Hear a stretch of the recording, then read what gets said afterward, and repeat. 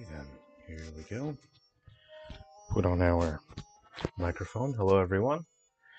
Howdy, howdy, howdy. Are we live? Everyone, are we live? Are we up? Let's see. Okay. Hi everyone, welcome. My name is Jerrel Dulay. I'm from Sungrand. I'm the developer of the Silver Falls game. I'm going to move the chat actually right on screen. That way I can see the chat right there. Cool. Alright, now I can see the chat nice and clear. Great. How's everyone doing? Alright, what if I put the chat there? Alright, and I'll put the game there. Okay, everyone. So, Ghoul Busters has been approved by North America, and so I've set up the digital storefront for that. And this is the official announcement that Ghoul Busters, we've requested the launch date from Nintendo. I'm still waiting to hear back in terms of verification, but we should see the game launch on the 14th of this month. So that's in 2 weeks. Ghoul Busters will be launching in North America. And in Europe, everything is fine, but I had to make a minor revision to the digital manual for Ghoul Busters in Europe, so the game might be behind 3 or 4 weeks, thereabouts, in terms of launch. So Europe, Ghoul Busters, probably about a month behind or so in terms of launching. So I apologize for that inconvenience. Just had to make some revisions to the digital manual in terms of the e-manual that every game has to come with. So yeah, things are going well. So what we'll do today is we're just going to hang out and chat. We'll play some Ghoul Busters and play some Guardians and Metal Exterminators as well. It's raining, so there's rats coming in from outside. A rat recently died in my office. I can definitely smell it. So if you see me get startled and jump, then it's because I've reached over to grab my mouse, and I've ended up grabbing a dead actual mouse. So I don't know where it is. I'm trying to figure out where it went, but I couldn't figure out where the rat died before I started the stream. So there we go. All right, everyone. So we can't see the bottom screen. We can only see the top screen. What I'm going to show you is, okay, you guys pick. Who do you want me to play as? Do you want me to start as Starlin or Atticus? So hold that up. There we go. Starlin has the hockey stick. He's stronger and he's faster on the ground. And okay, that's not going to show up well. And Atticus has a slingshot, so he has a higher jump and a ranged attack. So who do you guys want me to pick? You guys pick. Starlin or Atticus? And we'll see how we go.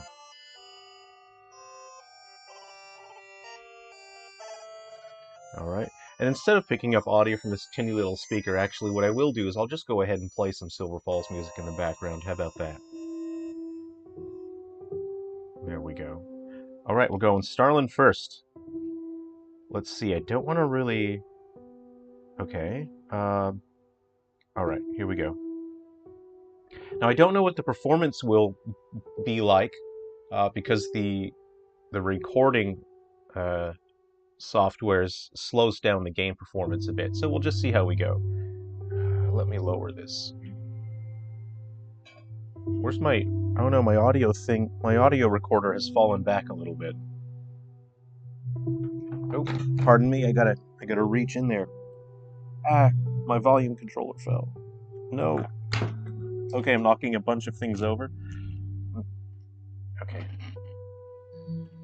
Alright, so I don't know what the performance is going to be like. Alright, it's doable. It's doable for now. Okay, oh, you know what? I'll do that. So I'll look up so I'm making eye contact, but then there's going to be a minor bit of latency, so I might end up mistiming some stuff. Oh, I gotta land on this guy. Hold on. Got him. If you mistime that, he'll just knock you right out. I'll land on this guy. Okay, no, I have to look at the screen. There's latency in the recording software. No! Ah! I mistimed it. I thought the log was going to drop back down. Okay, here we go.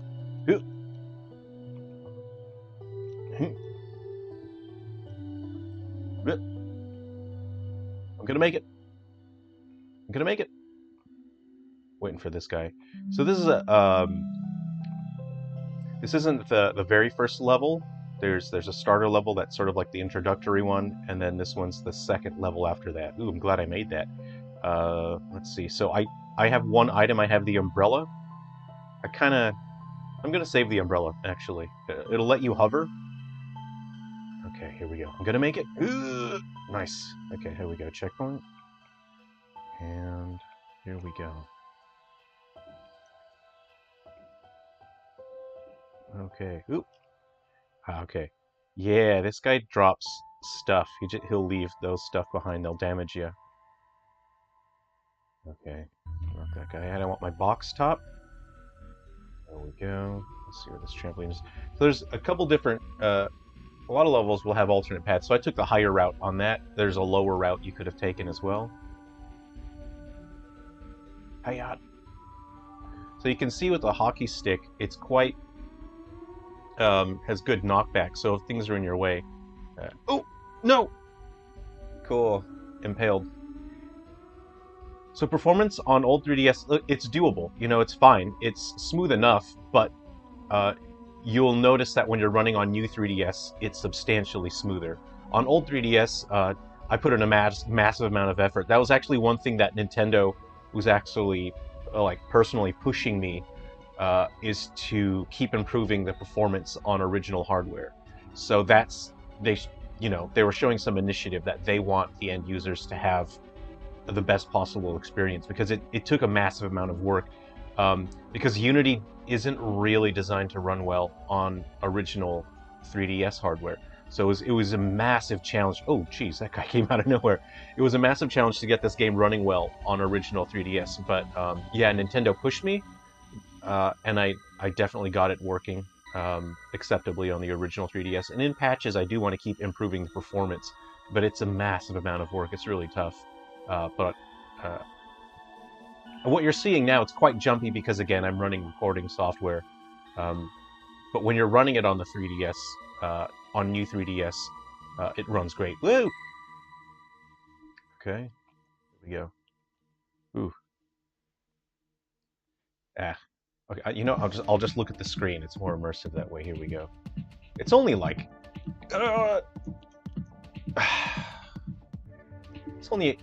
It's probably only like... Because of the software, you know, I'm probably only running 10 frames behind. So I'll just use the force, I guess. Ooh, here we go. Alright. I made it. Here we go, here we go. Ooh. So you want to... Oh, I got 3 box tops, which is good. So you want to collect as many coins. You can see I've got 57 coins and 3 box tops. So for every 3 box tops you get a pretty good random reward. I mistimed that. Oh, yeah! That guy helped me make it through. Okay. Yeah, and you can use coins to... I shouldn't jump. You can use coins to buy any items that you want. So you just want to grab as many as you can. I'm not really thinking about it that much, you know, I'm just trying to get through to the end of the level. Oop. Okay. Oop. I messed up. Oop. Oop. Oh no. It's getting a little jittery because of the recording software. I'm gonna go up top. Urgh! Nailed it. Nailed it. Oop.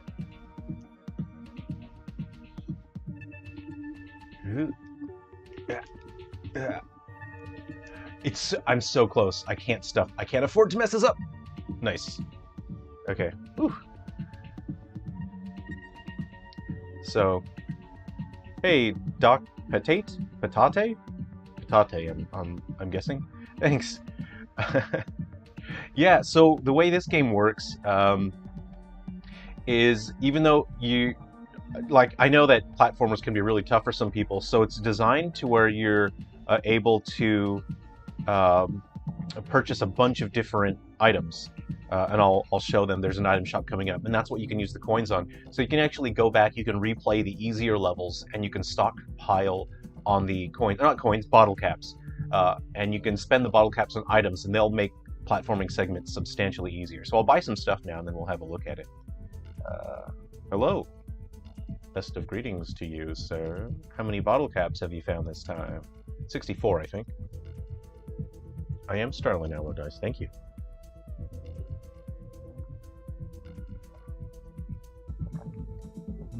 Coffee.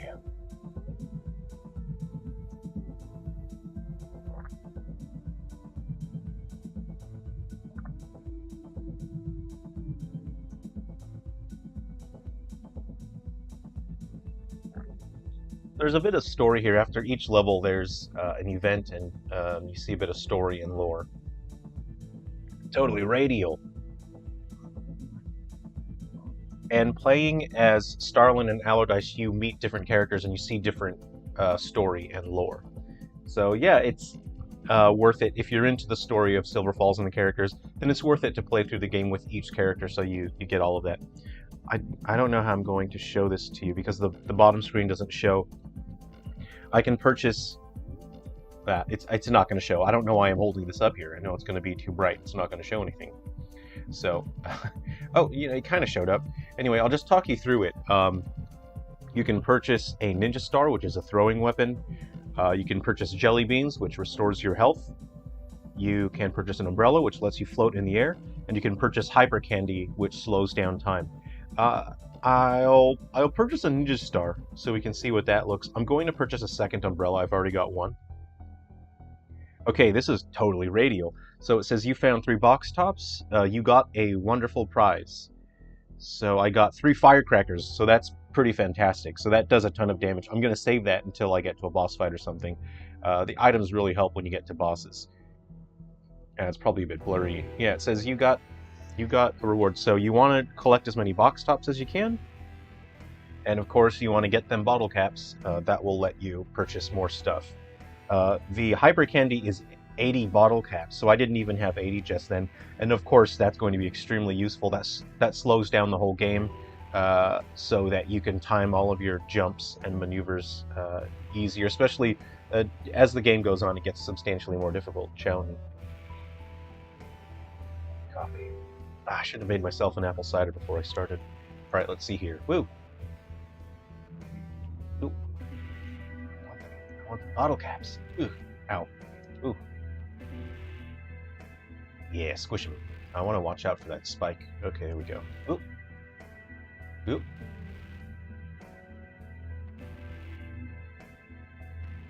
Oh, yeah. Kind of want that. Ooh. Okay, I'm just going to whack that guy. There we go. Whoop. Boing. The balloons are pretty useful. You might feel some bloodlust where you want to just kill the balloons, but you can put them into position to help you get through out certain sections because you can jump on the balloons. They'll give you a bit of a bounce. Dang. Missed that bottle cap. So there's a mechanic here that is... You generally don't see this in platformers. I'm a massive platforming fan. And so what you'll see is you can actually change direction. You see I'm doing an attack, and you can change direction in the middle of the air. That's not something I see in platforms. Normally they lock you in a direction after you've performed your attack. But this is a game that has pretty high demands in terms of maneuverability and what the game expects you to do. And if you have an enemy behind you, then you can actually, if you time it, you can hit an enemy in front and behind you as well. And I thought that is a kind of maneuverability that it's frustrating to me when games don't have that. Like I get stuck in my animation, and so that's something that I really. Oh no! Ah, I should have jumped. Back to the beginning. Ow. All right, I'm gonna get through this. Let me up. Let me up. There we go. Okay then. Oh, I splatted him. Oop. Okay, here we go. See if I don't muck this up here. Whoop, dropping down. Coin! Yeah, I remembered it the last second. Okay. Alright, here we go, here we go. Yoop. And those things look cool in 3D. Ooh, almost missed it. Yeah, those look really cool in 3D, of course, because they're going in and out of the foreground, which is pretty, it always looks really cool. That guy gave me an instant kill, so I don't want to flex with him. I think I haven't even got a checkpoint yet. I feel the bloodlust. Hiya. Ow. Okay, I didn't want to jump, see? Your instincts would have said to jump there, but that definitely would have resulted in a instant death spike. Ah. Okay, here we go. This part's going to be a little tricky. No!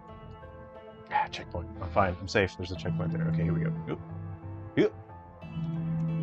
I mistimed it. See, I'm doing the thing where I feel confident, and then I rush through it. Oop. Yeah. As with any platformer game, you sort of get confident, and then you rush through segments, and then you end up dying because you're okay. I didn't even notice that guy at the last second. Here we go. Here we go. I don't know. I'm gonna take a leap of faith. Ugh! Dang. Dang. Okay. Yeah, the recording software latency is kind of brutal. So I think this is a jump that Starlin can't make. I think you can approach that from the other side. I'm just going to drop down to be safe here. Oh, okay. I'm not going to take the top path. Actually, I'm gonna stay on the bottom this time. Ooh. Yeah. So hopefully we'll get confirmation from Nintendo, and this will be on the Nintendo eShop on the 14th of this month. So I'm very excited about that. I've put in a massive amount of effort into all these games, so finally being able to launch them is really, it's a massive relief.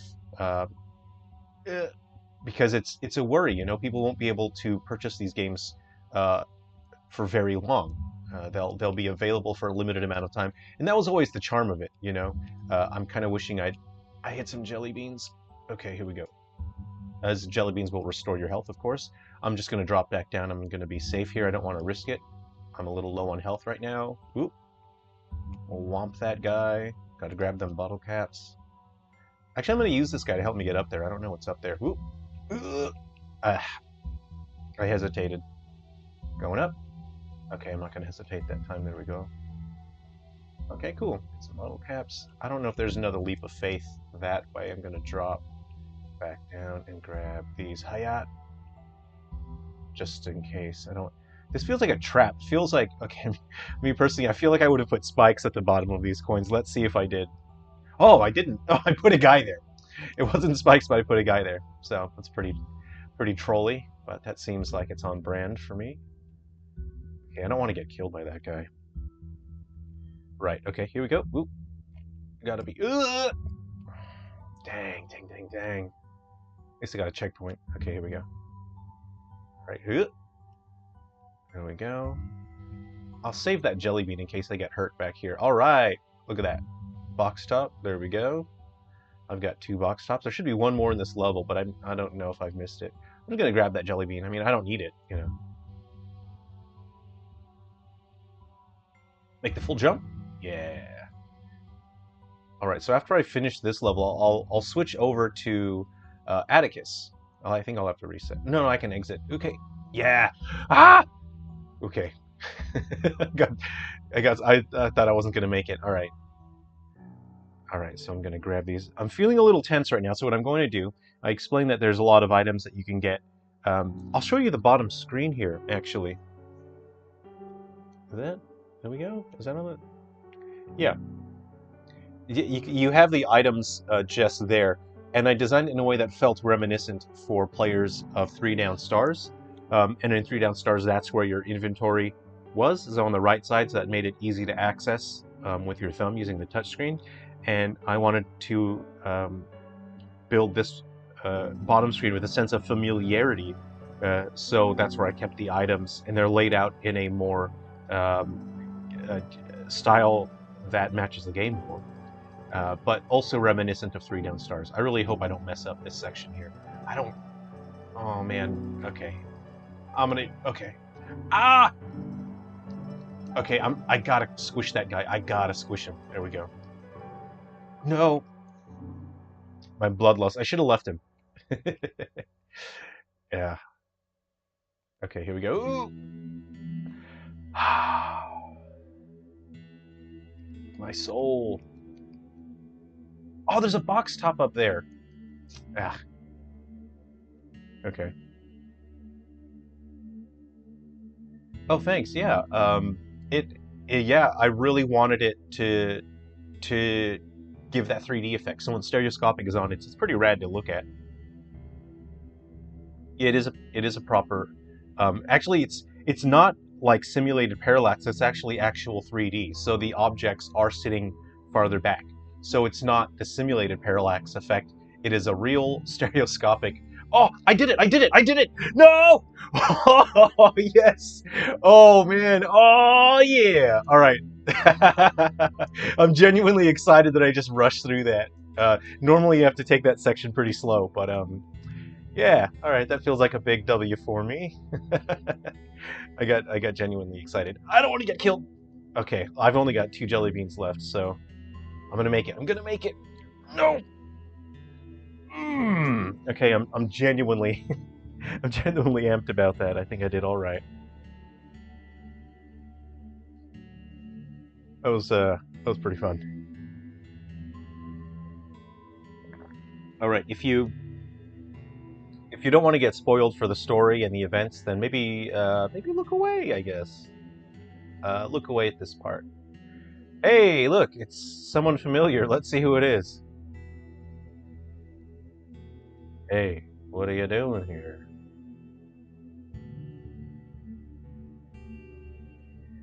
There's no voice acting in Silver Falls, but if we want to get, like, Patrick Warburton to do Bull or something, I think that'd be fine.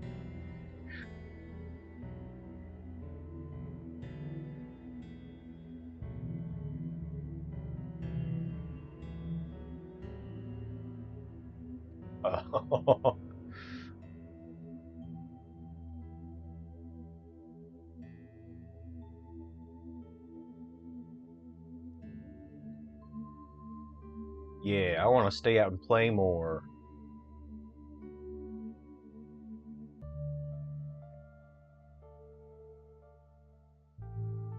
Oh, I'm gonna get into all sorts of troubles. Here's what I think of you telling me to go home. Grown-ups can't tell me to go home. I'm staying out here and I'm gonna play. I'm playing Ghoul Busters. Yay! Alright.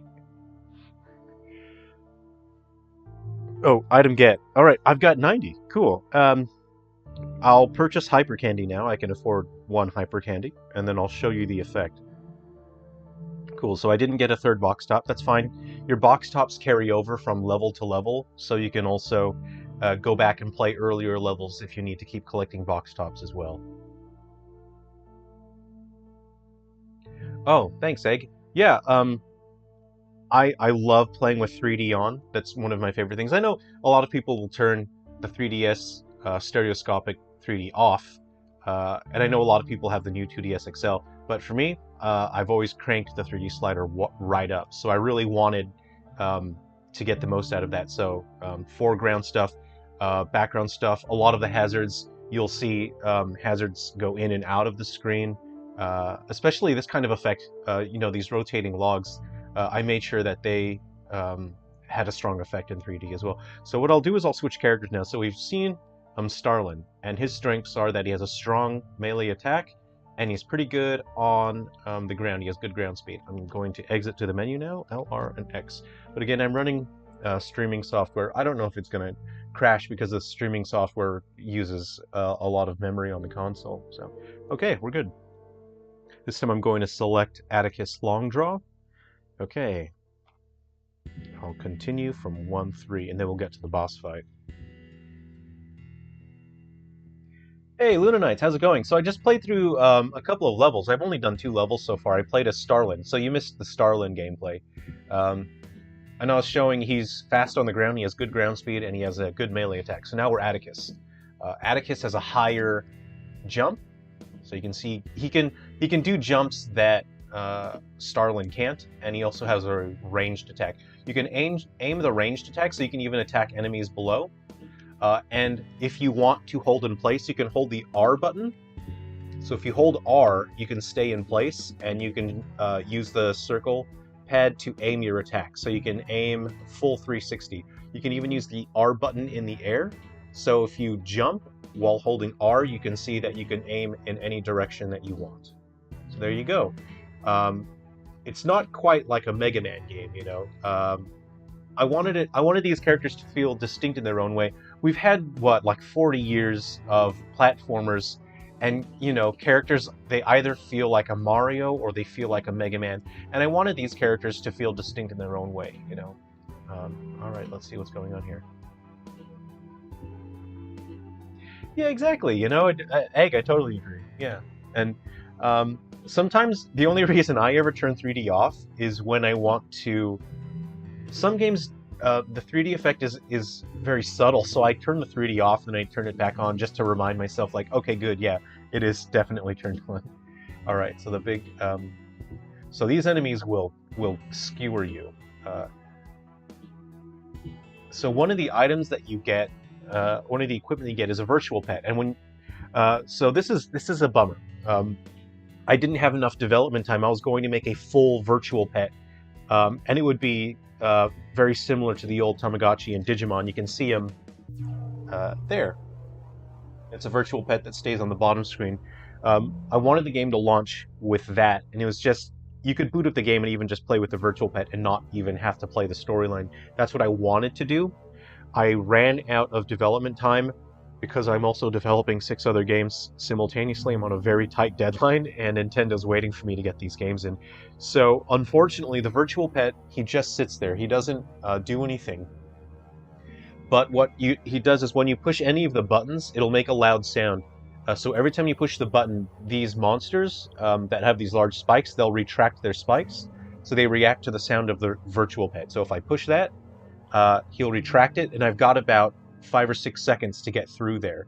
And you have to be careful because he will shoot his spikes back out, and I'll show you what happens if you get skewered by one. That's the end of you. There's a creepy visual glitch as well. If you make him retract his spikes, you play with the virtual pet, it makes a loud sound. If you get skewered, while it's retracting, he sucks you into his body. So I'll show you what that looks like. It's really creepy. Yep. Oh no, I took that glitch out. Yeah, you can't activate the virtual pet after you've been killed. So yeah, they're early on in development. It was kind of horrifying. It happened to me a couple times accidentally, and I think that's why I took it out. It's kind of creepy. Ah, yeah, you can't do it anymore. Used to be able to activate the virtual pet after you get skewered, and then he would just absorb you into his body and you would disappear. It's pretty horrifying. All right, I'll get through this section here now. I'm gonna run onto those spikes. There we go. Oh no, I mistimed it. I mistimed it. Oop. Shrink him. Drop down. I gotta wait. I have to be patient. There we go. I have to go. I have to go. I need this guy. Ooh, he saved me. He saved me. Ah, there was a box top up there. Dang, dang, dang, dang, dang. So you can see you can shoot at those angles as well. So again, you hold the R button. When you hold R, when you move the circle pad, your character won't move. That lets you aim wherever you want. I want that. If I can jump on the balloon again and get the... I'm gonna do it. I'm gonna do it. Okay, I gotta watch the timing on that, and then I gotta use the balloon. But if you hit the balloon too many times, he will die. Okay. Come on. I'm watching it.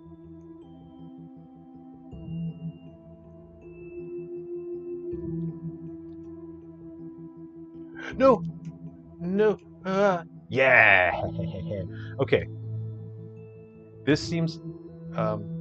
yeah, sorry, Vivian. It's the whole game is green, isn't it? This seems like something I would do. It feels like I would put something down there. It feels like I'd put spikes down there. I'm gonna do it. I'm gonna see what's down there. Oh, okay, cool. I wasn't a troll that time. There we go. All right, get rid of this snake. So the snakes are pretty tough because they're fast. So if they sneak up on you, okay, I don't want to kill this guy yet. I want to jump on his head. There's items up there. Hiya! Dang! Ow. Come on, yeah. Ooh. No, I can't get that last bottle cap. Ah, dang it. Alright, so this is where you see branching paths. This is an area where Atticus cannot get through here because there's a crate. But what Atticus can access are areas that have these ropes.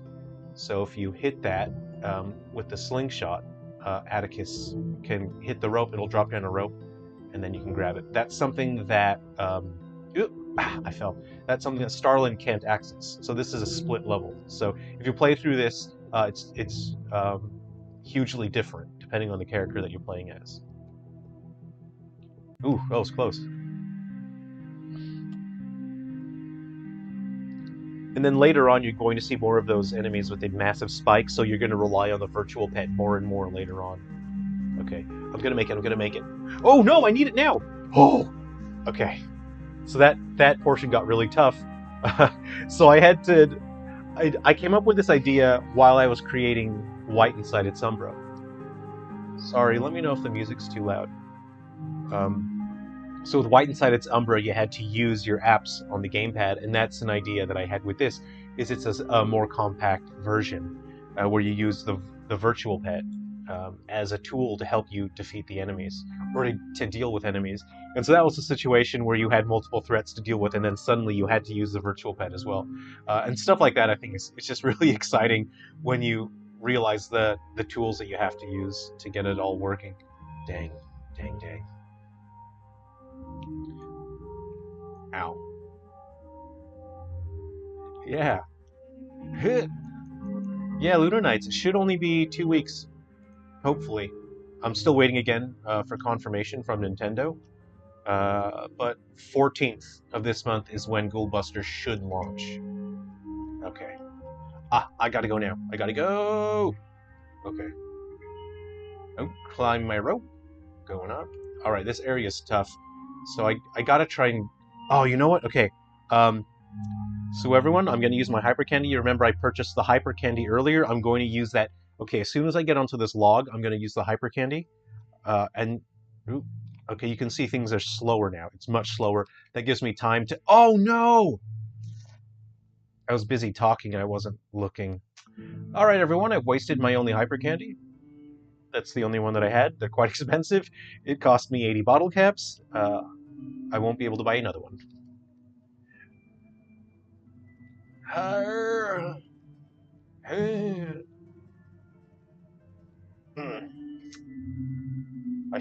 should not have wasted that candy. Oh.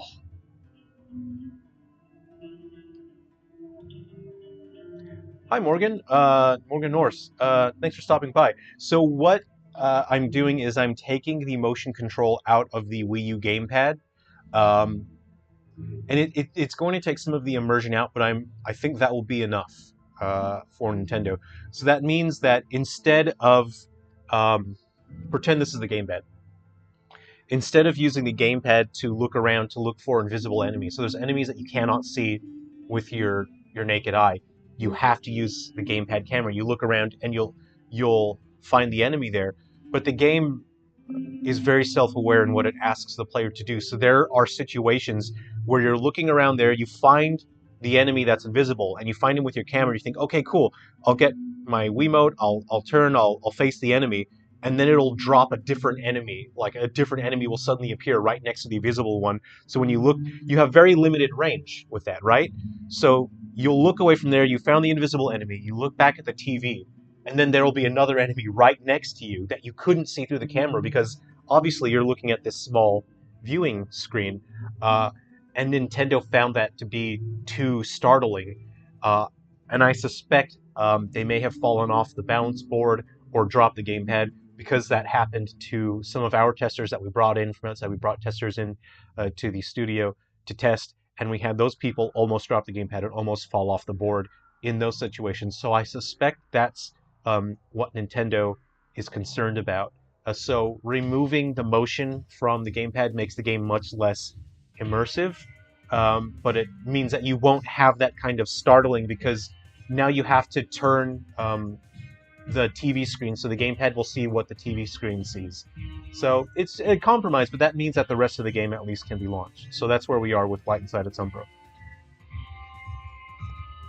All right, I'm gonna use my umbrella here. I think that might help me.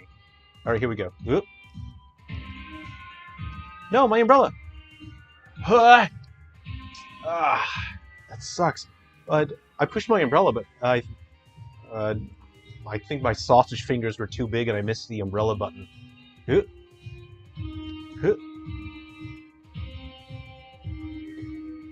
Alright, I'm gonna Umbrella ahead of time this time. Edison Villamar, how's it going? Okay, guys, I'm using my Umbrella ahead of time. There we go, now I've got it. I'm not gonna stuff it up this time. Oh! I'm gonna... Yeah! The Umbrella let me sail on through. There we go. So that was a situation, as you saw earlier, I had a tough time dealing with that. Oh, yeah, I have to keep using the virtual pet or that guy's gonna kill me. Here we go. No! The checkpoint was right there! The checkpoint was right there! That's what I get for trying to talk on stream. I'm just trying to talk on chat instead of playing the game. This is a tough game to play on stream because it's designed to demand your full attention. Of course, it's a challenge-based platformer. So I've kind of painted myself into a corner playing this on the chat. So again, if you've missed it, you have a virtual pet on the bottom screen. When you play with the virtual pet, it makes a loud sound and it makes that dude retract his spikes. But it only lasts like 5 seconds, so if you're not careful, that thing will stick his spikes back out and kill you. Okay, here we go. Oop, back up. There we go. Can I do this without an umbrella? I don't want to risk it. Umbrella time! Ugh. Yes! Oh, actually would have died without that. Okay, here we go. I'm going to be really careful this time. Oh, I don't want to get impaled. The checkpoint's right there. I'm jumping. No! Okay, that was close. Ooh, okay. That's a massive relief. I'm also I'm looking at the recording software, and it's like 10, 15 frames behind as well. Yeah, maybe they'll let me add the motion controls with the DLC. I don't know. Everything has to pass by them is the requirement. You know, they have to... Okay, I'm gonna jump on this guy. Yeah, we go. This guy has infinite health, so you can't kill him, but he's always going to help you jump. But if you touch the spikes, you will die. Okay, here we go. Okay. Ooh, this one's going really fast. He's really excited. There's stuff over there. I don't want to risk it, really. Okay, cool. Ooh, I'm a little... See, here's what's good about Atticus is he can deal with enemies from a distance, whereas these guys have a ton of health. So obviously Starlin has a tough time because he has to go up front with enemies with his hockey stick to deal with them, whereas Atticus can... Oh, man. Okay, so one of the items that you can get when you collect box tops, sometimes you'll get a balloon. And the balloon, you can set a balloon down, and then you can jump on the balloon, and it'll give you more jumping height. So that's a great item to have. That's actually my favorite item to get, but you only get the balloons randomly. So after you collect 3 box tops... Oh! It was a trap. It was a trap. Why would I do that? Why would I do that? Only a bad person would make a level like that.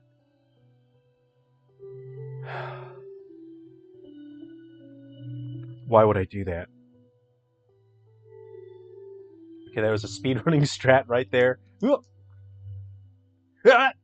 Okay. My soul's been broken, as you can tell. Alright, so this is 4 levels in, so it's already, like, it's a bit more Okay, no, I'm gonna wait. Obviously, it's more challenging than the first levels we did on the stream. You gotta jump sooner because the spikes move really fast on that one. Yeah, so this is... I'm not even gonna go back there. You know what? Life is short. That was a trap. That's so messed up. Why would I do that? Okay. Alright, okay. There's a checkpoint right there.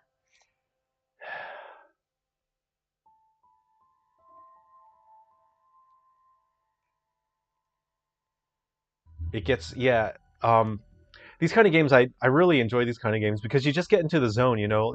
The game doesn't punish you terribly for when you get killed by something, because the checkpoints, they're not too far apart, so you can keep... Okay. You can keep trying, you know? But you get into the zone, and then when you finally do hit the rhythm and you get something just right, It feels, you know, quite satisfying when you get the timing, and you get the flow of the whole level just right. There's no other um, genre that gives you that sense of platforming fluidity. It's quite satisfying, I think. I got to be careful not to rush that. Okay, drop down. Yep. This part, okay. I feel really apprehensive now.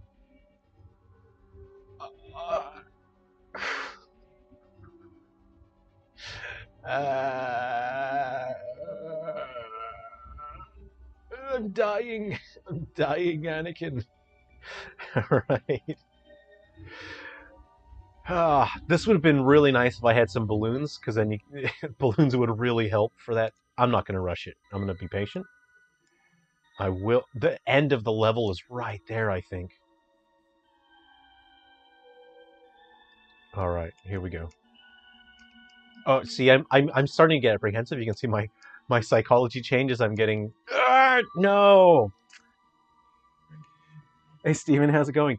Yeah, the 14th of this month for Ghoul Busters. Oh yeah, cool. Yeah. Ugh. Actually, what's extra difficult is, again, I'm looking at the recording software, and it's like 10 to 15 frames behind. Actually, I'm gonna look at my 3DS now because this part is really challenging. So I really need to play properly. Hold on, my alarm's going off. This is a I'm supposed to be doing cardio right now. I'll do my cardio later. Okay. All right. So I was distracted. I am. See, I'm. You get. This is. I think this is true with any sort of like platforming game. Um, is you get like hyper focused, and then you start improving a bit, uh, and then you get farther, uh, and then you find a new spot where you're getting killed even more than before, and then you get overconfident, and then you get fatigued, and then you stop improving, and then you just get worse and worse. I think that's the cycle for platforming games. All right, I'm gonna jump. Here we go. Oh, see, it's a big difference. The recording software it's pretty far behind. There's a massive amount of latency, so there's an extra box top. Cool, I've got another box top. So this is where Starlin would have finished his section of the level. So Starlin has different challenges to deal with.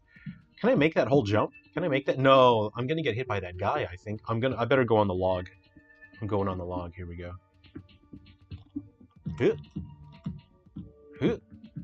Oh no, it's a trap! That was really close. I gotta watch out for that guy. Okay, I'm gonna keep hitting this virtual pet button.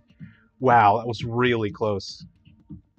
Yeah, I really wanted the game to feel really exciting. So there's moments like that where you just barely scrape by, and that's the kind of platforming I really enjoy. Is just you barely make it. Okay. Oh no, no, no, no. Okay, guys, I think I'm gonna look down at my console again, because the latency is killing me here on the recording software. Oh no. Okay. Checkpoints right here. No big deal. Gotta activate that guy, make sure he doesn't kill me. Ah, oh, dang, dang, dang, dang, dang. Dang.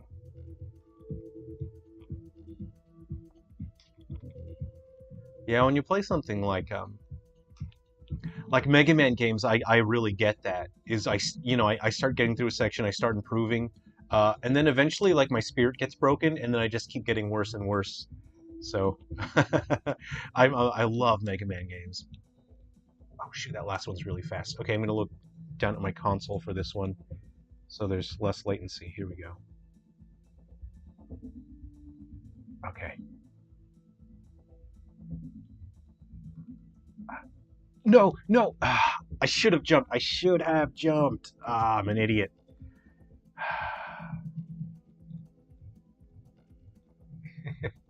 It's very exciting. As you can see, it's just challenge and timing based. And it's just satisfying when you get the timing just right. All right, here we go. I'm going on. I'm going on.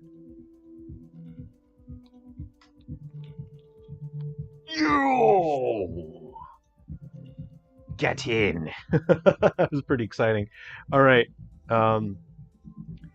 Yeah, so we've played Starlin. We've played Atticus, so you've seen the different gameplay style. If you played that level with Starlin, you'd have different challenges to deal with. And I think that's, that's the kind of fun that I enjoyed. I was always a massive fan of platforming games where the different playable characters had different abilities. I'm a massive Metroidvania fan, always bring jelly beans when you go to a bonfire or a camping trip. And let's see a little bit of the story. If you don't want the spoiled any of the story or events, you can skip this part of the video, I guess. Yeah, Lunar Knights, I get that. Don't you hate it when you have a hard time beating something and months or years later you beat it really easy? I've had a couple things like that, but more often than not, I get it in reverse. Like when I'll play an RPG that I enjoyed from years ago, and then I play it again, and it's just like brutally hard, and I wonder like, well, how did I beat this game so easily back then? And it's probably because I had more time, years ago. I often find more often I have that effect, but in reverse. But sometimes, yeah, sometimes your brain will remember some platforming thing from years ago, and then yeah, you can just beat it really easily. All right, so Starlin. Okay, Atticus, look, I found a bunch of cool bottle caps.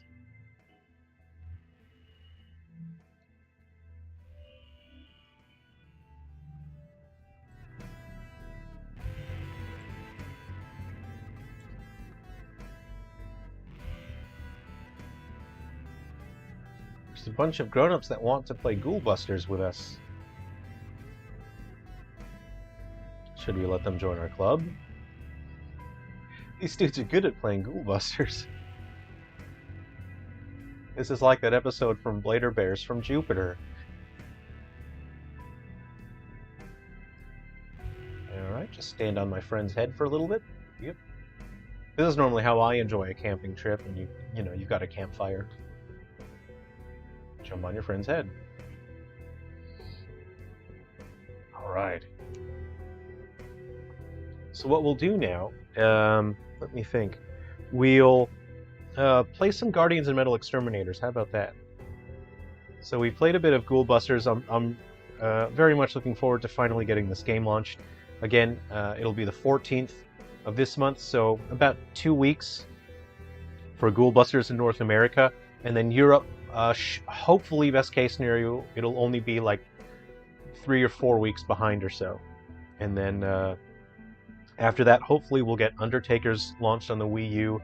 I've just submitted Guardians and Metal Exterminators to Nintendo. Hopefully, if everything is just right with the manuals, the digital manuals, everything should go through. It'll be approved, and we can get that on the 3DS. And early next week, hopefully Monday or Tuesday, I'll send in White Inside Its Umbra with the motion controls for the gamepad removed, and hopefully they'll accept that. That seems to be the issue, that they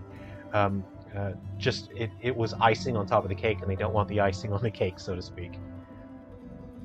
Okay.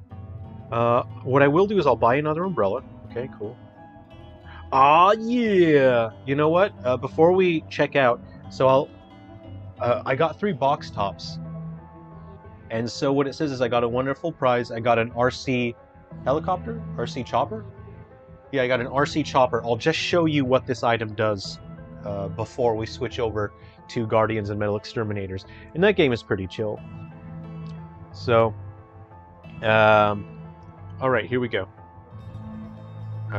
I'm going to use, so you can see I've got my items on the bottom screen. If you're familiar with 3 Down Stars, you'll feel right at home with your items on the right side of the screen there. I have a chopper. I'm going to use that now.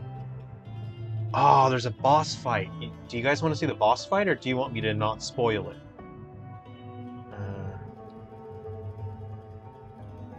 Somebody let me know if you want to see the boss fight or not.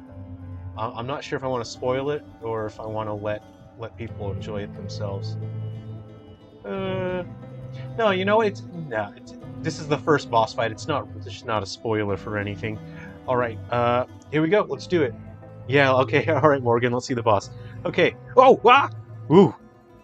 Okay, so you're constantly you're dealing with the boss, and then you're having to use the virtual pet on the bottom screen to keep that guy from impaling you. I'm gonna use that RC chopper that I just got. Ooh! Oh no, no, no, no. Okay, woo. So the chopper, it'll damage enemies that it comes into contact with. Eh, Uh-oh, uh-oh. Ooh, ugh. I might, ooh, I might use these ninja stars. There we go. That did some damage. Oh no, no, no, no. Oh man, that was close. I've got two health left. Woo, nailed it. There we go. That was tough. Yeah. All right. So I did all right. I did all right-ish, obviously, because I spent hours of my life creating and testing that. If you've not seen the pattern before, it can get really tough, especially if you forget to use the virtual pet. Again, I think you've only got 5 seconds after you use the virtual pet before the dude sticks the spikes back out. Um, but it's kind of like the pattern for those bosses are sort of ingrained into my brain now because I spent, I don't know, like just dozens of hours with that. I have any bottle caps. I can't buy any items. All right, there we go. Cool. Let's switch over to the next game. I'll show you the cave environment here real quick. Don't forget to have a sip of your coffee.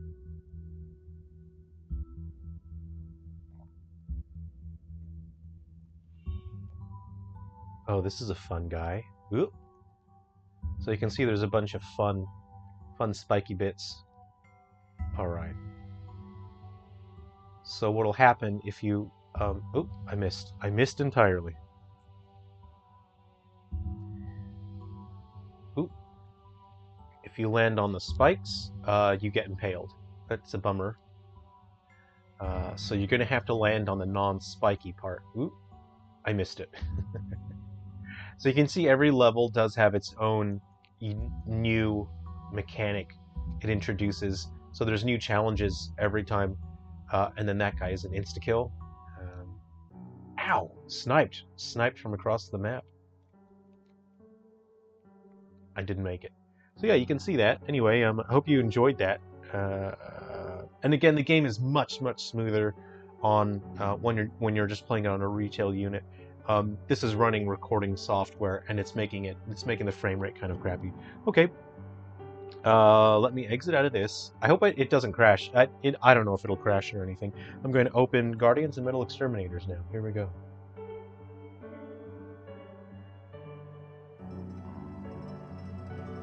Let's see if it works fine. Okay, and we'll switch over to Guardians and Metal Exterminators. Ah, my green screen. Well, there we go.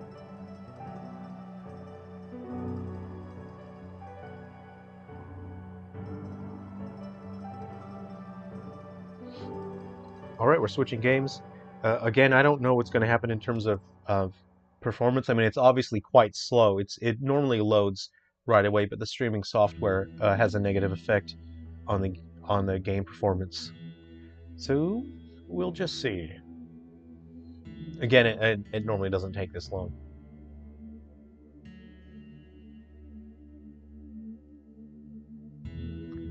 Oh yeah, this has details on the bottom screen as well, but again, I can't stream the bottom screen here. So we'll just go through that part. It just sort of says this game has code linker compatibility. So if you've got other Silver Falls games, or even if you have a friend that has other Silver Falls games, they can unlock content in other games for you. And so for me, that's my way of striking back against these big companies that have these really predatory practices. It used to just be like disc-locked content where they acted like it was DLC, but it actually wasn't. It was stuff that was already on the disc from day one, and then you just had to pay to use it, which I think is immoral. And now they're big into loot boxes, so this is my way of the anti-DLC, the anti-loot boxes, is if you own a Silver Falls game, it's permanently going to add new content to future games for you. And you don't have to own the game. Someone else can own the game. Slim! Slim is not in this game. All right. Hey, you know what? Let's first play. I'll turn the volume up on this guy. Let me pause the music. So what I'll do is I'll do game one. Ah. So the recording software caused an issue here. I have to restart the game. That's annoying.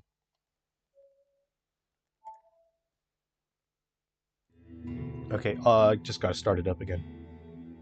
So sometimes the recording software causes a glitch where the touchscreen doesn't work in the game, and you have to restart it.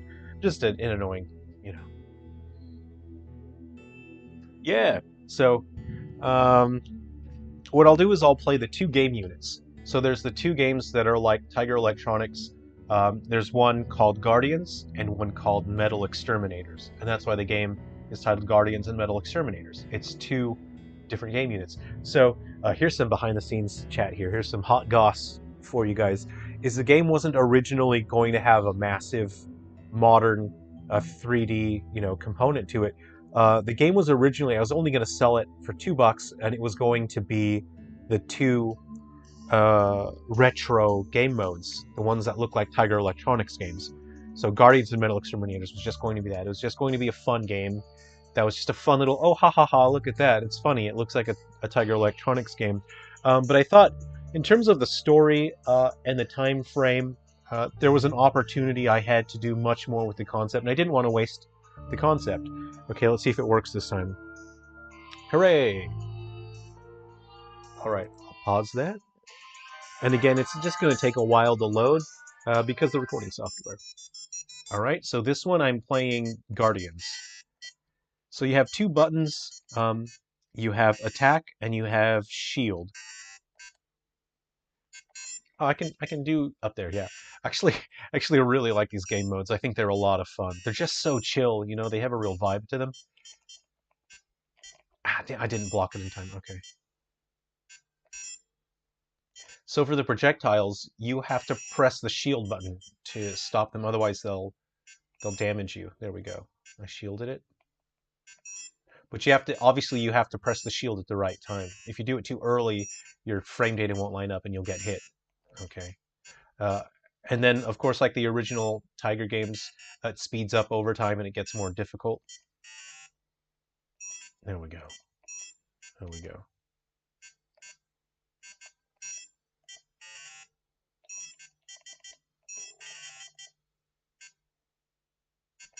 So if you don't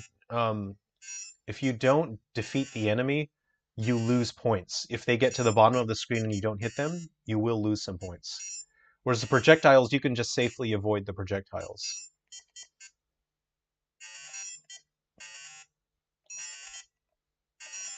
But you get some good amount of monsters. You get a good amount of points from shielding the projectiles, so it's good to go for them. You know, if that's you want to challenge yourself, get the maximum amount of points. You shield the projectiles for more points.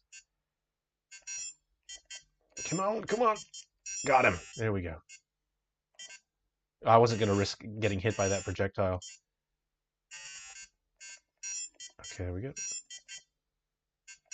I'm gonna get. I got hit by it. I got cocky. I'm getting cocky, and right when it sped up. Oop.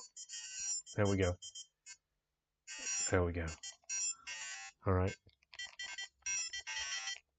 See, I don't want to lose my points now, so now I'm actively going after the monsters. Oh, I shouldn't have gone for that. Oh no, I'm getting arrogant. Ah, yeah, give me them points. Come on, I'm feeling the flow here. I'm in a real vibe. There we go. I thought I could do it.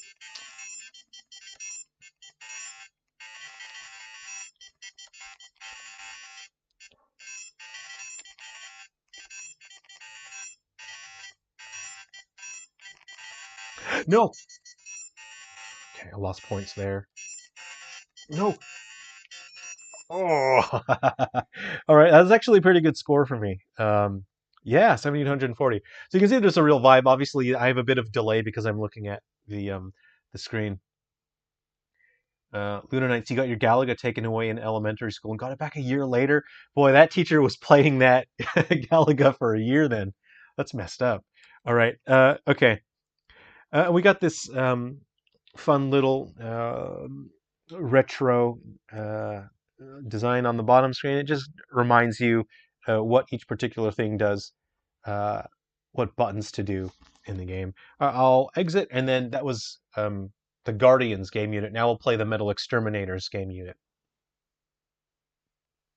That one's got a real vibe to it. It's your brain just sort of gets in the zone, you know, and it's really cool to sort of um, because the responsiveness of the control, um, it's quite subtle. Like there's your character has, you know, like delays for their hit frames and their movement, but then once the game reaches a maximum speed, the game sort of takes the training wheels off and it removes the weights, and then there's almost no uh, input lag on your frame data, and so it's really just like this incredible vibe, you know, and it really just lets you get in the zone and really move to your maximum speed. So in this one, you have to move your character around to avoid the projectiles. So you can't shield the projectiles the way that you can in the other game, but you can jump. So you can see I'm moving around to avoid the projectiles. But then it becomes much more of a timing game at that point. Ow, I got hit by that guy. Oop. In general, I think this game is probably tougher. Ow. Ah. Okay, here we go. Jump. Should have jumped. Go underneath that. There we go. Jump. Shoot that guy. Shoot that guy. Nope, go underneath. Ah, dang.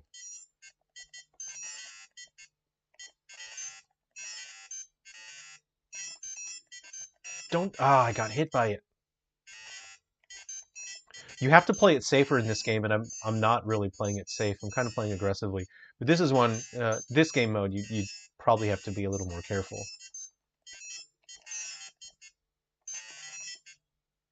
Ah.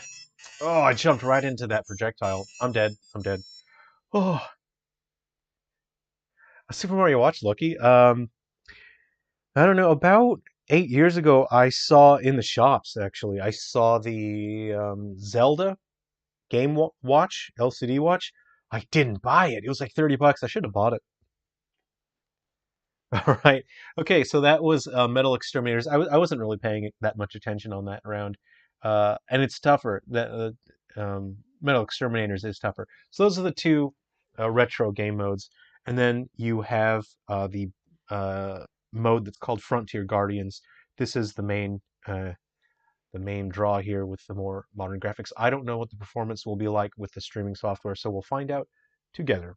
I really hope that no spoilers show up. I'm playing my save file that I've been using for testing, so there's a lot of hours in this game. I have everything unlocked, well, all the playables unlocked. I don't have that many weapons or skills, so we'll play the game together and we'll see. There's so much stuff I wanted to put into this game, and then hopefully I'll be able to add those things in with future updates.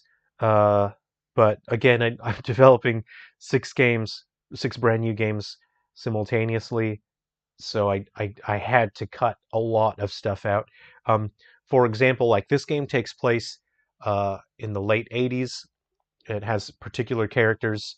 It has a story, and I wanted there to be extra game modes to where if you used CodeLinker, so say for example, if you used CodeLinker to connect to 3 Down Stars, which you can grab from the eShop right now, then it would add a new game mode where instead of taking place in the '80s, you played this game mode where it takes place during 3 Down Stars, and then you played as the characters from 3 Down Stars, and they had their own unique set of monsters to deal with, and you played as those characters during the events of 3 Down Stars, but it would be the same gameplay as Guardians and Metal Exterminators.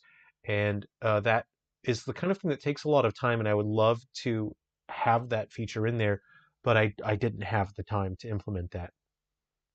And I also wanted a mode for Undertakers as well, you know, where you play as Bull Brandish and Fred Hardluck and Willie Belgrade, and you're playing during the events of Undertakers, except it has this modern look and gameplay style. And again, I just ran out of development time. So again, it doesn't normally take this long to load. I have recording software that's running on the 3DS, and it uses a massive amount of RAM. It normally loads way faster than that.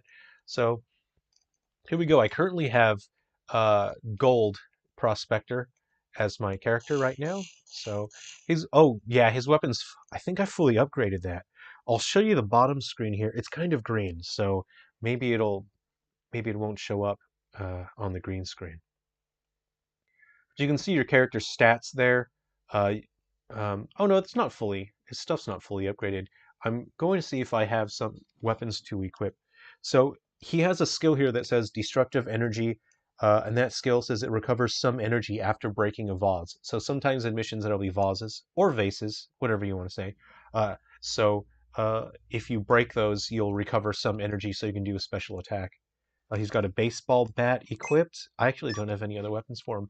So this vending machine is pretty rad. Uh, if you go here, I'll show you whether or not it'll show up well on the bottom screen. These are one-time use weapons. So these are weapons that you can use for one mission, and then they break, and you can't upgrade one-time use weapons. They're just fill one of your weapon slots. So you have your main weapon, and then you have a secondary weapon, and the secondary weapon, I'll see if I can show this to you. Again, it might not show up that well. So he has a baseball bat equipped. So what you can do is you can upgrade the weapon, which increases the power of the weapon, and you can also add a skill to that weapon. So weapons can have up to 2 skills. When you earn a weapon from a mission, you complete a mission, you get a new weapon. So it's a random weapon. It gets a random skill attached. And you can, for 150 tokens, you can add another random skill to it. So you can't pick the skill that gets added. But if you do add that skill, then you can have 2 skills on that weapon, which means you could potentially have an extremely useful and powerful loadout. So I've got 200 tokens right now. Thanks, Edison. Wait, no. Before I do that, I'm going to check if the weapon has a skill on it first. I'd like if I could show you the bottom screen. I haven't worked out a way to transmit the bottom screen yet. There's a massive amount of customizing in this game in terms of weapons and skills and loadouts. All right, so this, oh, oh wow, this is a really good weapon. So this, I don't know why I'm holding it up here. You won't be able to see it. But this bat already has an ability attached, and it's called Vampire Armor. So every time you shield an attack from an enemy, you actually restore some of your own health. So I actually really like that ability. I'm going to give this baseball bat another ability. So I equip the baseball bat. Ooh, I go to the vending machine, and then I press R to add a new skill to the baseball bat. And it says a new skill added, and I got Trap Expert. That's actually very useful. So there are certain weapons that are trap types, like animal traps. And what Trap Expert does is it boosts the power of your trap weapons. Let's go ahead and have a look. It says that it boosts the power of trap weapons by 80%, which is pretty rad. Okay, so I've got my baseball bat. All right, you guys can pick. All right, so I have 4 weapons here. I'll let you guys pick the weapon that I'll buy for the mission. So I've got Urban Ninja Star. I have a throwing spear. I have a long claw and another throwing spear. There are 2 throwing spears in this vending machine. You guys pick. So Urban Ninja Star, throwing spear, or a long claw. Which one should I buy? And that's the one that I'll take on the mission.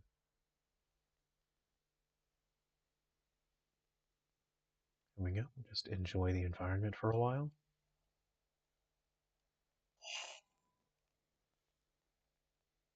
And in case you're curious, there are 20 playable characters in this game. So you start out with 2. You unlock more as you play. And then when you use CodeLinker to connect to other Silver Falls games, you will get characters from those games will enter this game. So if you have a favorite character from another game, try connecting it to this game and you'll see maybe that character will join. And if, you know, a character doesn't join, a monster from one of the other Silver Falls games might actually invade this game and become playable. All right, we're going Long Claw then.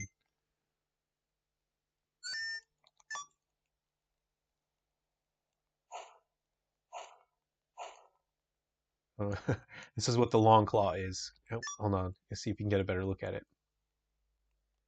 Ah, wait, maybe if I stand here, you'll get a look at what the long claw is.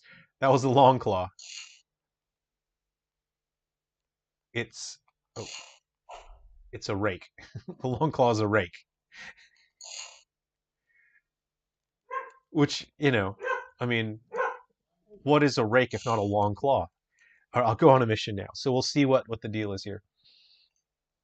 All right, so the mission is defeat 40 enemies. Yeah, sure. Okay, I'll play as gold, and here we go. Again, I hope the performance, the frame rate isn't that bad. We'll see. Hopefully it's all right. So the one-time use weapons, they're quite fun. They let you try weapons that you may not have in your inventory, and it's just an interesting way to keep. So every time you play a mission, your moveset will feel fresh.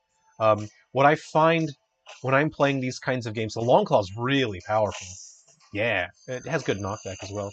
Okay, so I just need to kill 40 enemies. I'm gonna see what's around. Actually, there might be some useful items.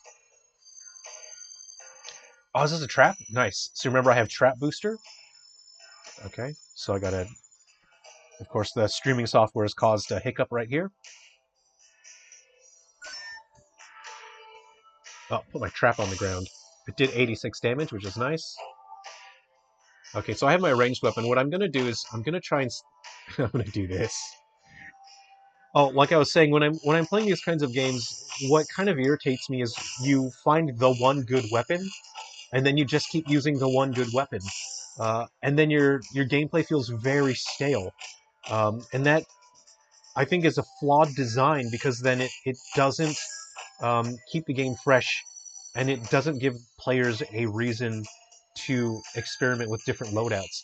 And so um, that's why I implemented the one-time use weapon system, is that every time you use that character in a mission, uh, you can go to the vending machine, because one of your weapon slots is dedicated to one-time use weapons. And that means that every time you play, your character is going to feel different, because they're never going to have the exact same weapons every single time. Even if you wanted, you couldn't. So you have your main weapon. Each character has one weapon that's permanent. Um, and each character has one weapon that they can equip from the inventory, that they can upgrade and they can add the skill to. And then one weapon that's one-time use. Oh, long claw. Yeah, kind of like a hook shot, right? Um, ooh.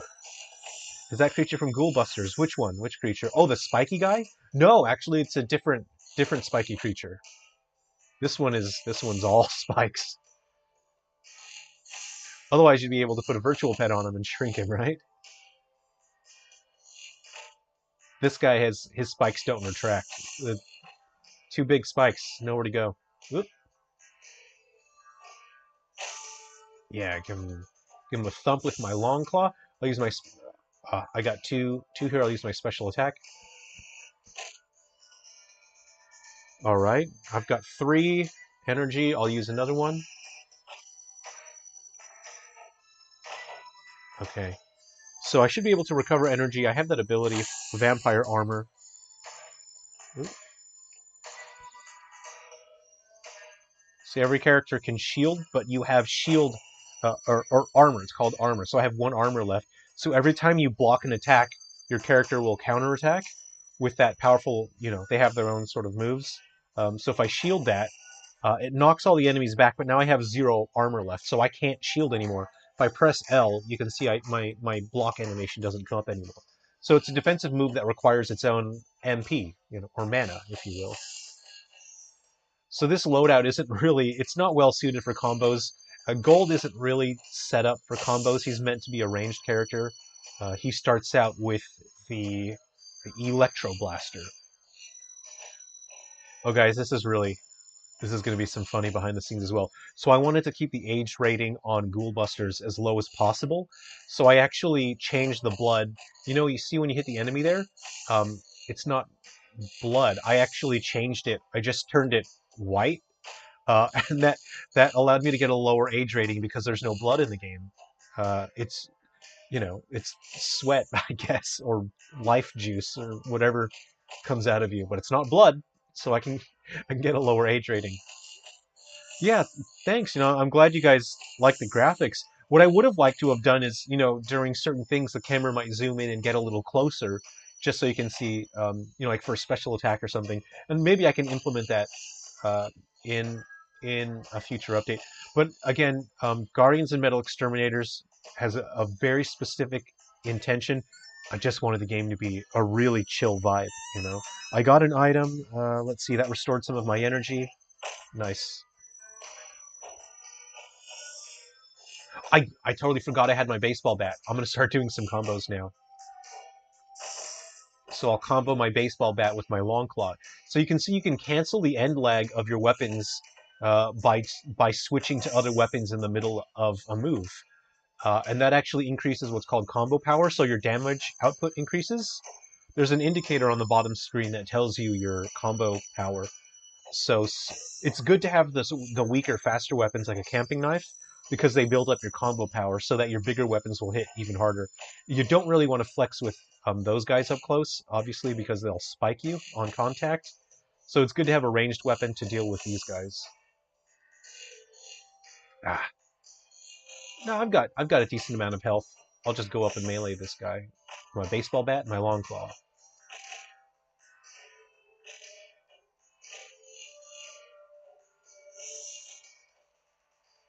So it's quite fluid. You can cancel the end lag of weapons by switching to other weapons, and it makes combat feel pretty fast. But also, I've upgraded my attack speed on this guy as well. So normally your character's attacks are a little slow, and then again you can upgrade that. All right, let's see what I get. So I'm going to open my reward. I got 200 moose tokens and 150 EXP from that, which is pretty nice. I'm going to open my reward, and I get.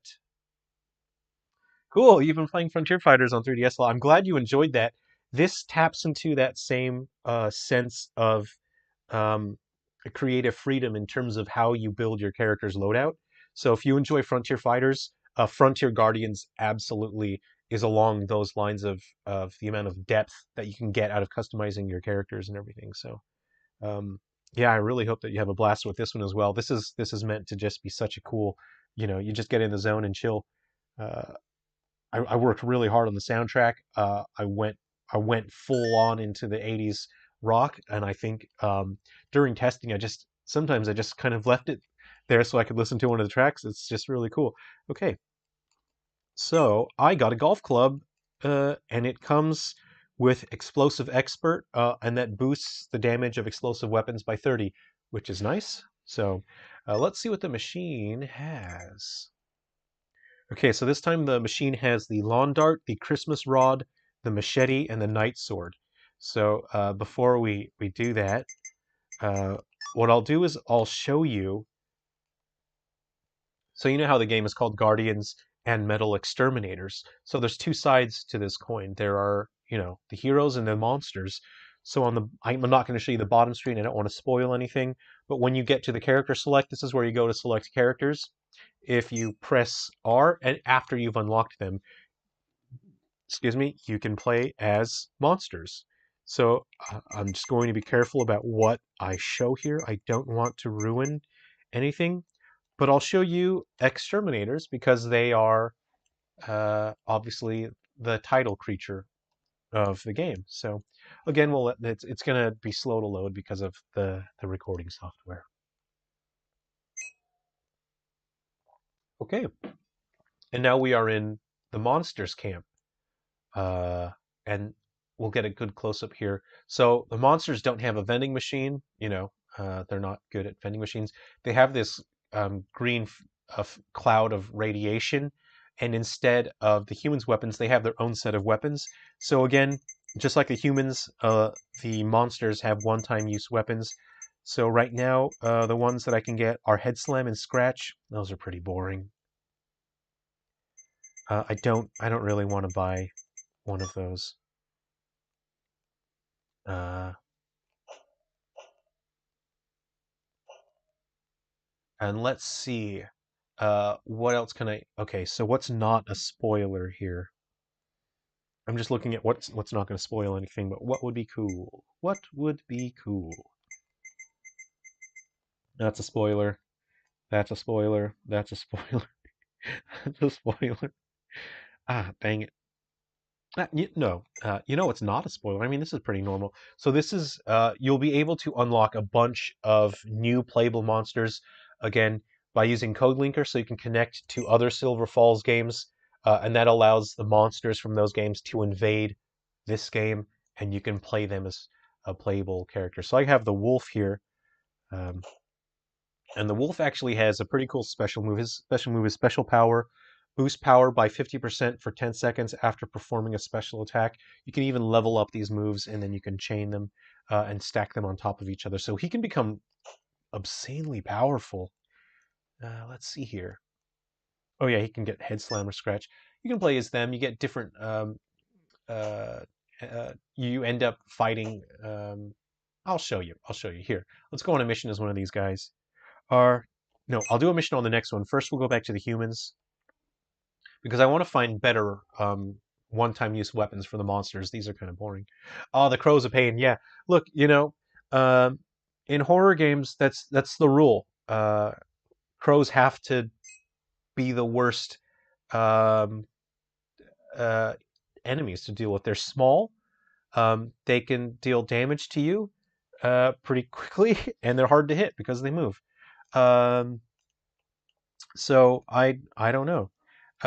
Thoughts on trans rights? Well, this isn't a political channel, so I don't really have any political comments or anything like that.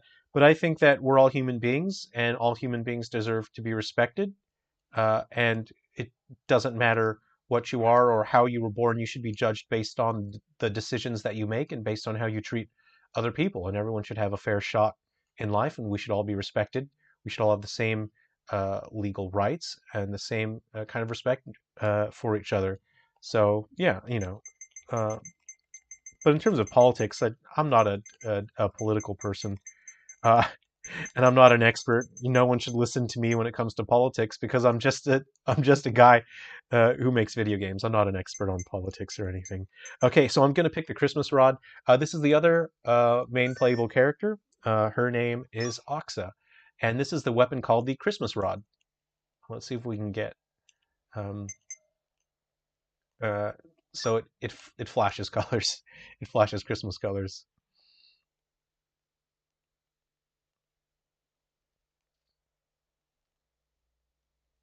Oh, that's all right. No worries. It's good to have discussions and talk about people. And this is, you come here and talk about whatever you want as long as it's um, uh, cool.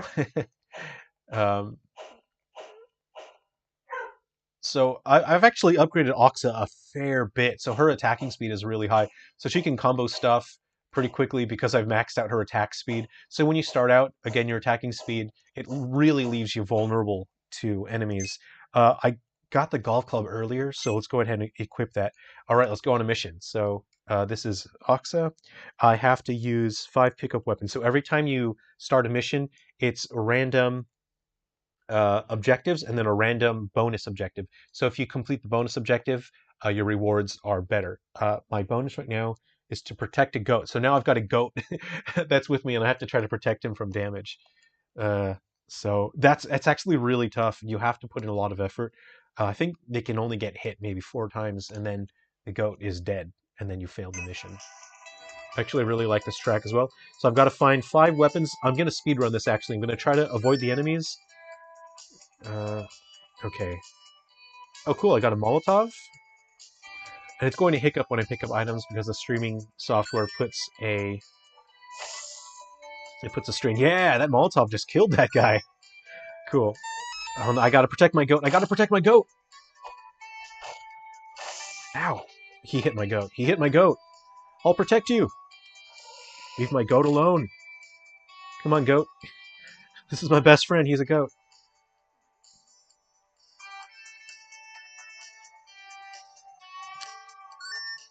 Yeah, politics really splits people apart, and I'm not an expert in politics. I'm not going to talk about them.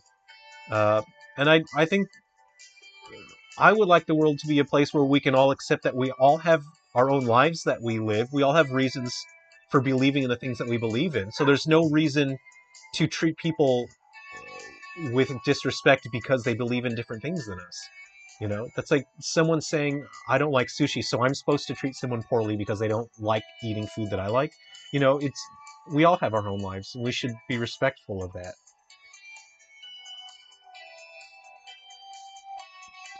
Cool, cool. And again, guys, it doesn't hiccup like that when you're playing the game. They killed my goat, which is a bummer. So I failed the bonus thing. Again, I wasn't doing a great job protecting my goat. I was running around looking for weapons to use. There are a lot of wolves here. And again, you don't start out moving this fast. I've leveled up my speed a ton. Uh-oh, uh-oh. The environments are always different as well every time you play a mission. So uh, it's never stale in terms of the environment, uh, and you can't memorize the environment, so the challenges always feel a bit fresh in some way.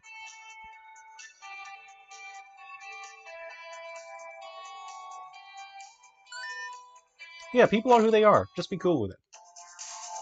All right. Okay, so that was a pretty easy. I mean, it was easy to complete the mission, difficult to complete the bonus. Obviously, I didn't do a great job protecting my goat, but the objective was use 5 pickup weapons, so that was a nice mission.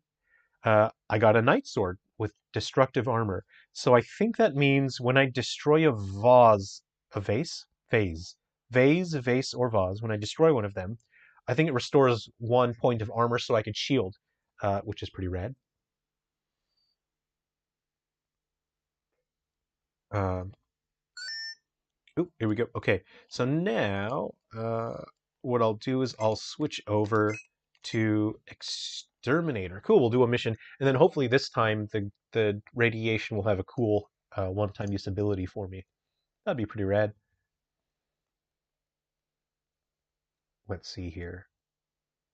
And that's Oxa's signature weapon. That's called the Cryo Shield. Let's see what I've got now. So I got Cryo Spit and Sludge. I'm gonna go for Sludge. Oh, maybe a Cryo Spit. Cryo Spit's kind of cool because it's like it shoots out ice, which is pretty rad. Um, uh, I'll go for Sludge, and I'll show you why. It's really fun to play as the monsters. Their core gameplay is actually quite different from the humans because they can pick up a lot of different weapons in the mission, and they can keep using it. So the Exterminator has a special ability called Weight Training, so it boosts the move speed by 2 after the armor is depleted. I'm actually going to level this guy up a little bit because his stats are kind of low. He's got some experience points here, so I'll level that up. Okay. Um, give him a little bit more health. Okay, so after his armor is depleted. So what I'll do now is equip. No, I got nothing to equip, so I have to try and get some. So when you finish a mission as a monster, they get their own equipment as well. Okay, so I'm going to run a mission. I have to defeat 10 enemies, and it says don't use special attack as the bonus. That's pretty easy. If I don't use a special attack, I'll get better rewards. So nice. All right. I just got to defeat 10 guys. So just got to remind myself not to press the R button. Okay, there's a duck there. All right, so ooh, so you can see I've dropped that on the ground there. So if enemies go in there, they will get hurt. Oop, there we go. Just got to defeat 10 enemies. All right, so this is what I was saying. Enemies can pick up new weapons that they can keep reusing. Humans can get like one-time use weapons. Oh, I've got 2 sets of these now, so I can just drop a bunch of them. Ha ha ha ha! I'll let my fields do all the damage here. I guess I should do some melee attacks, huh? Ow! I'm taking a ton of damage. Okay, so that's my shield attack. Actually, I want to deplete my shield because I want to get that speed boost. Come on, stop trying to hit me and hit me. Stop trying to hit me and hit me. This duck's just staring me in the eyes. And again, your shield move, it's not meant to do a ton of damage, but it knocks enemies back, which is useful. It gives you some space to set yourself up to deal with the threats one at a time. All right, I have one armor left. I shield that, and then I'll get a 2 speed boost after my armor is depleted. Okay. Uh, I feel faster. Yeah.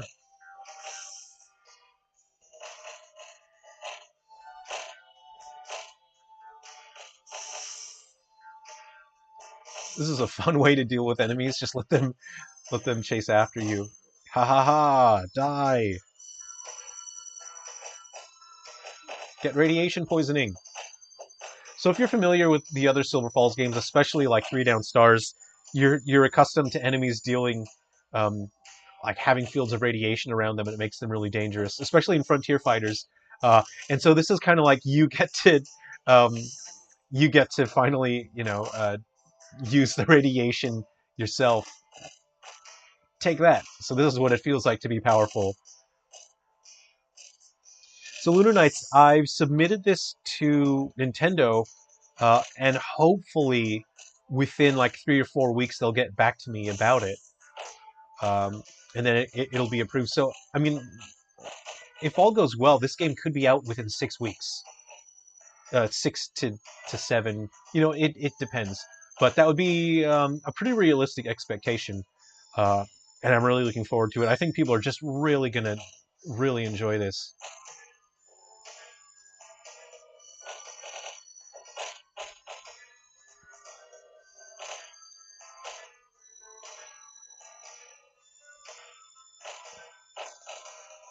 These cows have a ton of health. Uh, no! Ah! I pushed the R button at the very last second. I don't get the bonus now. Oh man, I wasn't even thinking. Guys, literally, I was like 3 seconds away. If I didn't press that R button, I would have got the bonus. So now I get less rewards. I was vibing out. Oh, cool. So I've got a new weapon called Radioactive Skin. And it has an ability called Bandit Armor. So I think every time I shield an attack, I get tokens, which is a cool way to grind for tokens if you're looking to level up all your weapons and add skills and whatnot. You can also get from the vending machine, you can get an item called Daily Skill Soda. So once per day, each character can drink a daily skill soda, and that gives that character a random skill. And then it resets on the next day as well.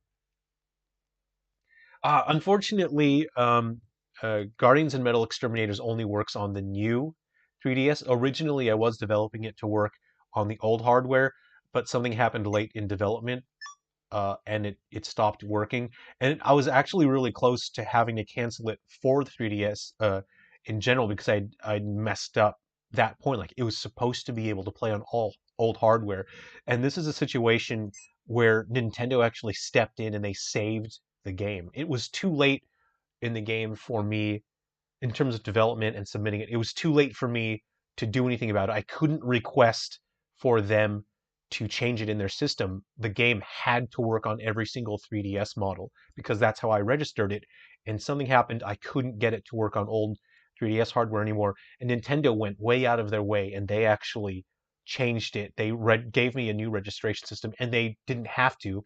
Uh, but I think they saw value in it. And my pitch to them was I really want to create something of value so that 3DS users have a way to celebrate the end of the console.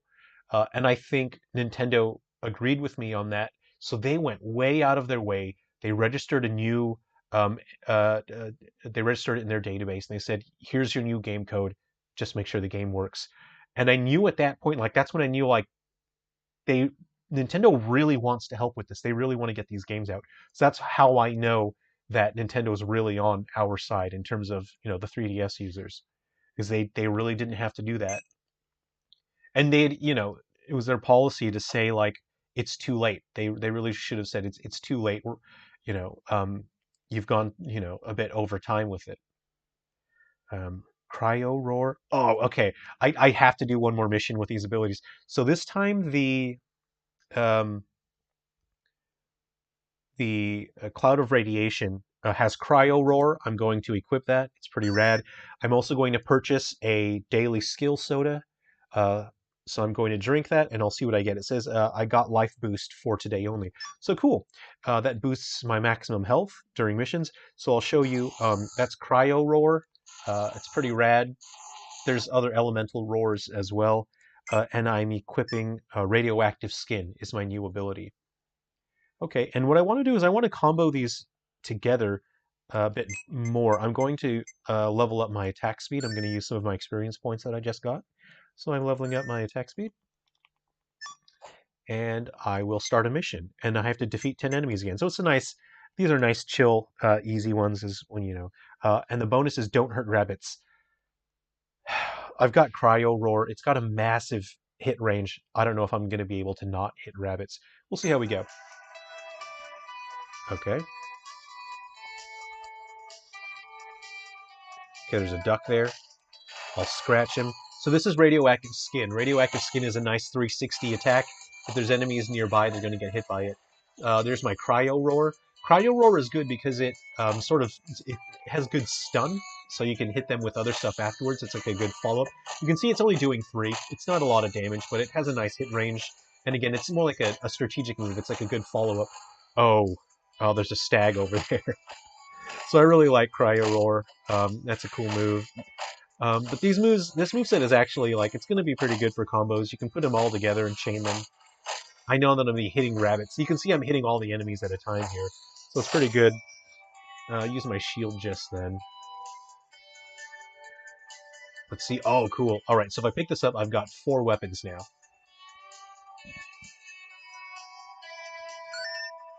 All right, there's a rabbit. I want to try and get away from that rabbit, but I have a feeling I've hit them already.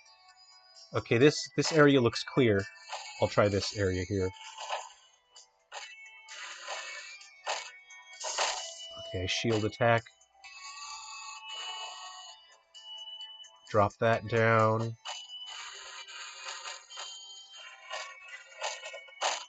I'm really worried about that stag. He's going to do a lot of damage if I'm not careful here. I'll Cryo Roar him. There we go. Yeah. Take that. What I'm hoping to add, there's only 2 environments uh, in terms of stages uh, because they're quite time consuming, and I really, again, my development schedule is quite tight. I didn't have a lot of time. So I'm hoping in a future update I can add more environments for the stages to play in. I'm gonna die. I'm not gonna make. Oh, I finally killed that stag. He was really. I'm gonna walk around see if there's any health items for me. I don't think I'm gonna make it. I've got like a sliver of health left. I'll shield these guys. Oh, I have an ability where when I shield, I get a little bit of health back. So I'm actually gonna shield again just to get a little bit more health. It's really useful. I was actually about to die just, and I had like 1 health left. All right, if I shield, I'll get some health. Okay, good, good, good, good, good. Actually, I might survive it now. So that's all thanks to that ability is really useful. I'm not seeing any health items so far. Ow! I'm all out of armor though, so I can't shield anymore. So I have to be really careful. Ow. Back. Uh-oh. Oh no, I might fail this mission. I'm gonna play it safe. I'm gonna run away. It's impossible to run away from the ducks. They're so fast. I might just yeah, I'm gonna do this. This is such a tacky way to win. I'm gonna run away. I'm gonna keep dropping these, and then hopefully the enemies get killed. I've already damaged too many rabbits. I think I have no health left. Like a pixel of health. Come on, just kill the 10 enemies. There's a stag. I'm dead. I'm still alive, but I'm dead. That stag's gonna kill me. It was such. I died. Something hit me. Oh, I didn't even hit rabbits just then. Oh well. So even though you die, you still get experience points. You get less. You get half. So I got 18 moose tokens. I got 36 experience points. So even though you fail a mission, you're still getting stuff so that you can level up your stats and buy items, even though it's a bit slower. That really sucks. Probably could have picked a better loadout. I should have leveled up those weapons There's so many things you could have done better. um, and what you can do is, oh yeah, as you play, the more you play during the day, the difficulty actually, when you first start playing, the missions are pretty easy, and then the more that you play during the day, the missions get tougher and tougher. So that if you played a couple of missions during the morning and then a couple in the afternoon, by the time you get to nighttime, the missions are going to be much harder. And then on the next day, the difficulty resets again. So that way, it feels like you're building up to a difficulty, uh, and then as your characters get stronger, you can play the game for longer. Um, and you know what, I'll show you another one because it's not that much of a spoiler. This is the other one of the other monsters you can uh, unlock by playing the game.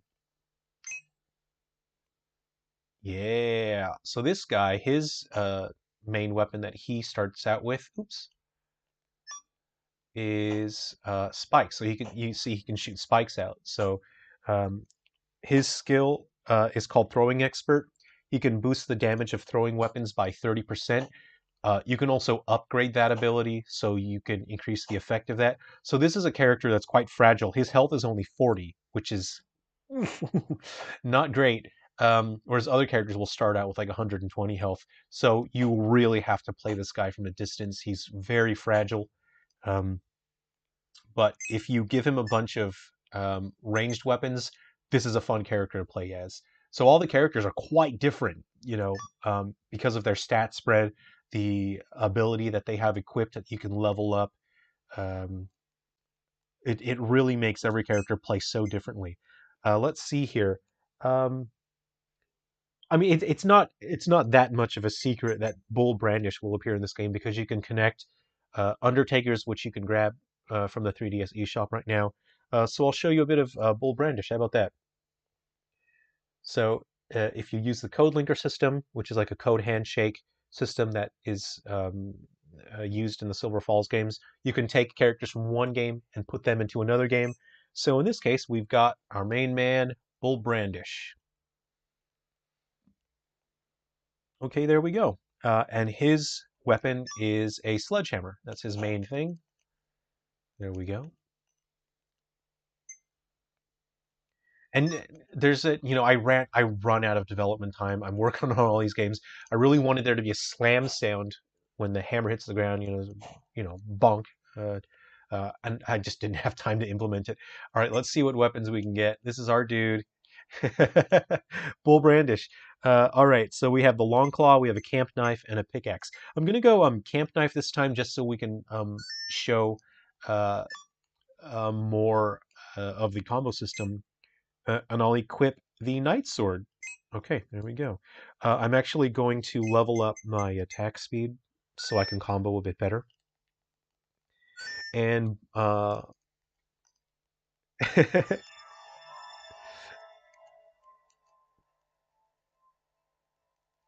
there's an okay. Yeah, so when you level up your characters, it progresses their story and then it'll play events. The dialogue is on the bottom screen. It's not on the top screen. Yeah. Oh, you like this 80s outfit better, Lunar Knights? Yeah, you know what? I think the 80s, there's so much opportunity to have such a fun look with the 80s. Um, I really like the clothes and the hair and the philosophy and the attitude of the 80s. And it just makes a lot of fun to create character designs for the 80s. Yeah, I feel like this is such an 80s look for these characters. Um, all right, Bull says, looks like someone's left the campsite in a hurry. Fred said someone reported gunshots out here. Hope I don't find any dead bodies. All right. Okay, and I'm going to increase his speed. It's a little low. And his ability is Trap Expert, so it boosts the damage of trap weapons by 80. Let's go ahead and give Bull a skill soda. So again, this is on the bottom screen. I can't show you. So it's 50 tokens for a daily skill soda. I'm going to buy him one.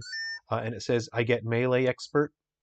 Oh, that's really useful. So the skill soda lasts the whole day. Um, so all of his melee attacks get boosted for the whole day. And that effect lasts until midnight. After midnight, the effect of your soda wears off, and then you can buy a new skill soda. Excuse me. And so again, the skill that you get from the skill soda is random. All right, so we've got our soda active. We've got 3 weapons. Cool. Threat level neon. So this mission's going to be more difficult than usual. I have to defeat 40 enemies. This might be tough, actually. I actually really like this track. Okay. There's a health item up here. I'm going to take this with me, and I'm definitely going to hang on to it so I can use it when I need. There's a trap there as well, so I'll keep that in mind. Crap! Oh no. Oh no, I don't have a ranged weapon. It's going to make it tough to deal with these guys. This is going to be... okay, but my damage output is good. This is problematic. Yeah, the enemies are... It's a threat level neon mission. Uh, shoot.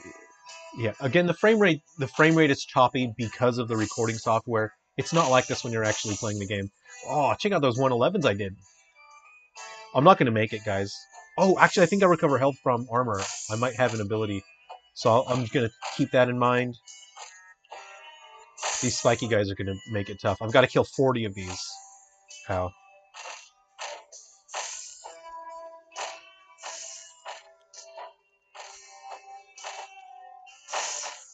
Okay, there we go.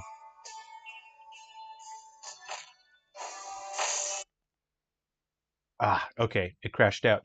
So again, the recording software um, puts a strain on the memory of the console, and it just crashed out. So it wouldn't do that during the game when you're playing it, but because I've got the recording software, it put a strain on the console, so it just crashed out. So that's a bummer.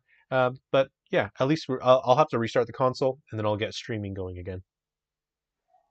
So yeah, that's what I'll do now. Someone asked about um,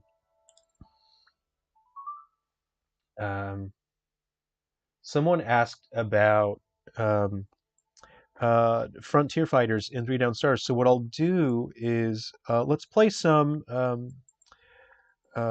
Frontier Fighters in Three Down Stars. How about that? So let me. Do I have to click on anything? I'm gonna run that. Okay. Do I have to exit and start again? Actually, before we do Frontier Fighters, I'll show you something cool. I think I might need to restart the streaming software. So do I exit this guy?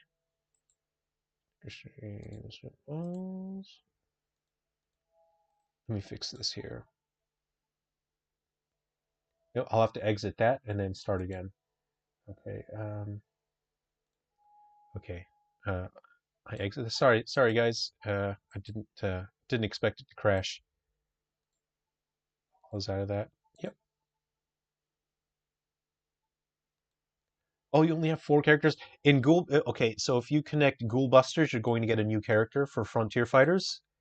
Lunar Knights, have you got Maverick yet for Frontier Fighters?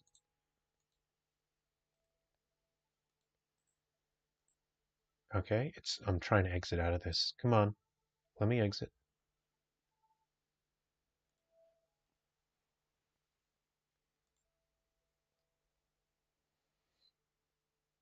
What characters do you have? If you finish all of the easy missions, you should unlock Soldier as playable. Um, so, what other players have told me is they tend to like Soldier the best, and he's crazy. Like he moves so fast, the game feels totally different. You know, it feels like a an action game as opposed to a survival horror. Uh, Let me just open the program here. Okay, yeah. Alrighty.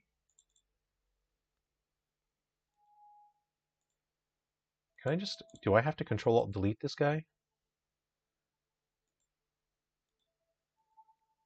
There we go. I finally exited. Goodness. All right, let me connect. There we go. All right, I'm gonna run this. I don't know what's gonna happen. Uh, we'll see. I just wanted to show some stuff. Let's hope nothing crazy happens here. So this is stuff that's in development. Um,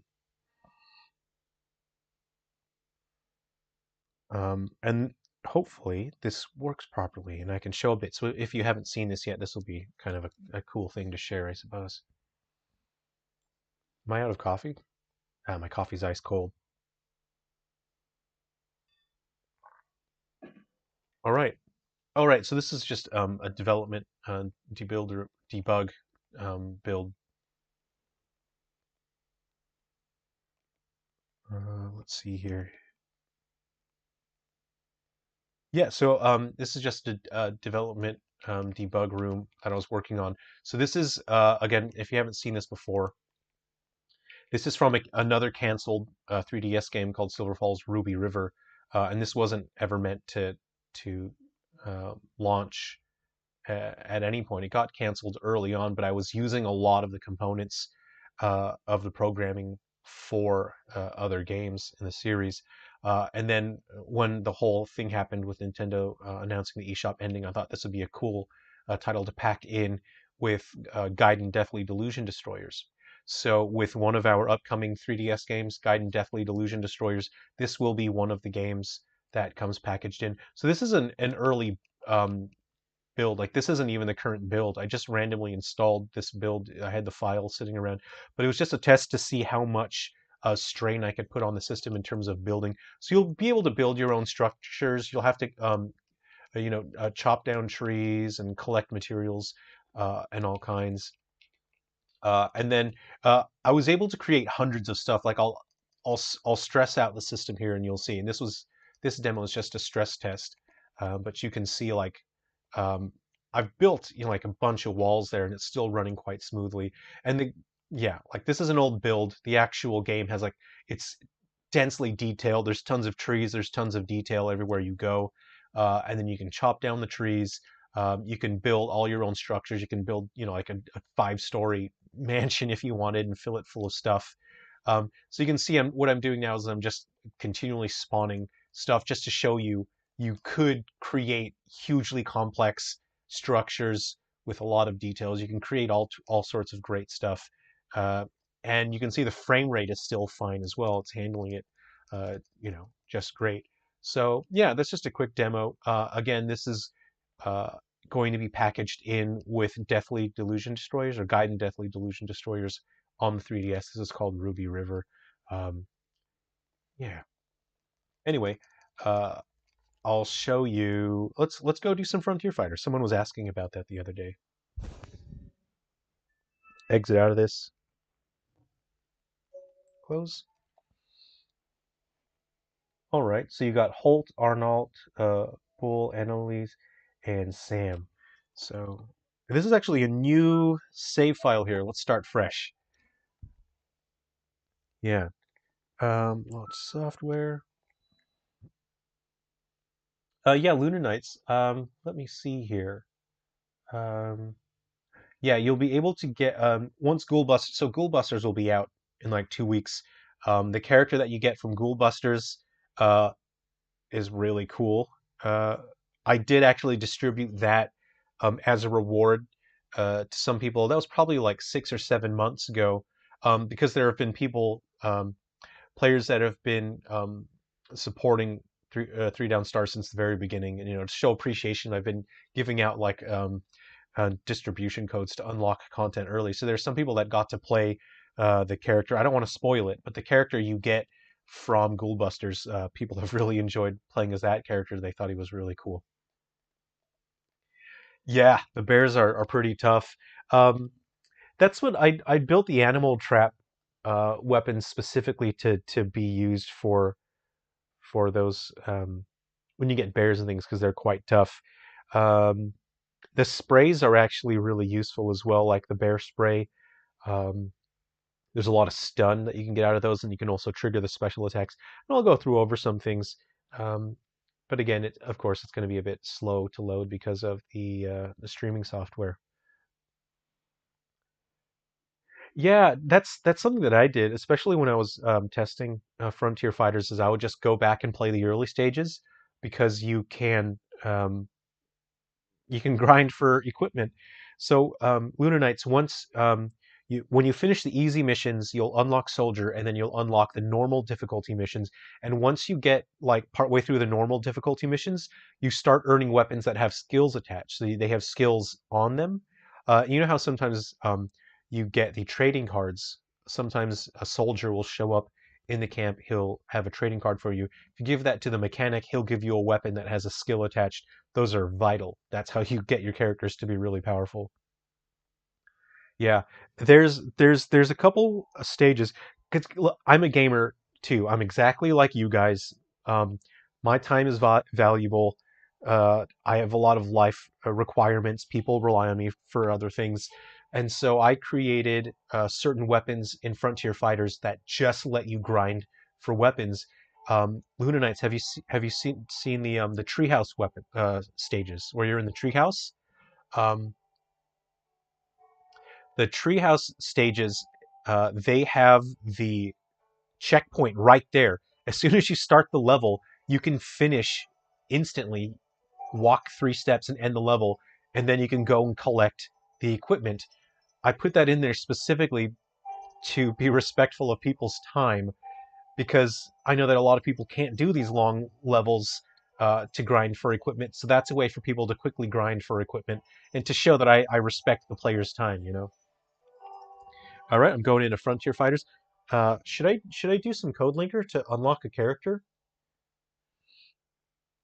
Oh, you're at the bear stage, right? I think maybe after that one, Lunar Knights, you'll get you might start getting the treehouse weapons.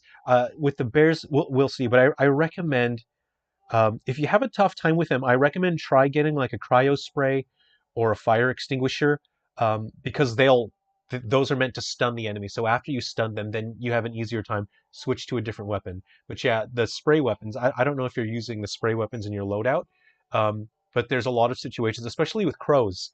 The spray weapons are really helpful. If you can get a flamethrower early on, that makes crows way more manageable. All right, we're gonna start fresh. I'll read the text here for loading. A breathtaking warrior on the Hyper-G FX game console uses a unique peripheral controller that requires the player to blow air into a machine. Based on the temperature, rhythm, intensity, and moisture content of the air, the player can control a vast array of magic spells. However, many players reported lightheadedness and even momentary lapses of consciousness during numerous boss fights during the game. Despite this, the developer is working on a sequel game titled Edge of Subconsciousness.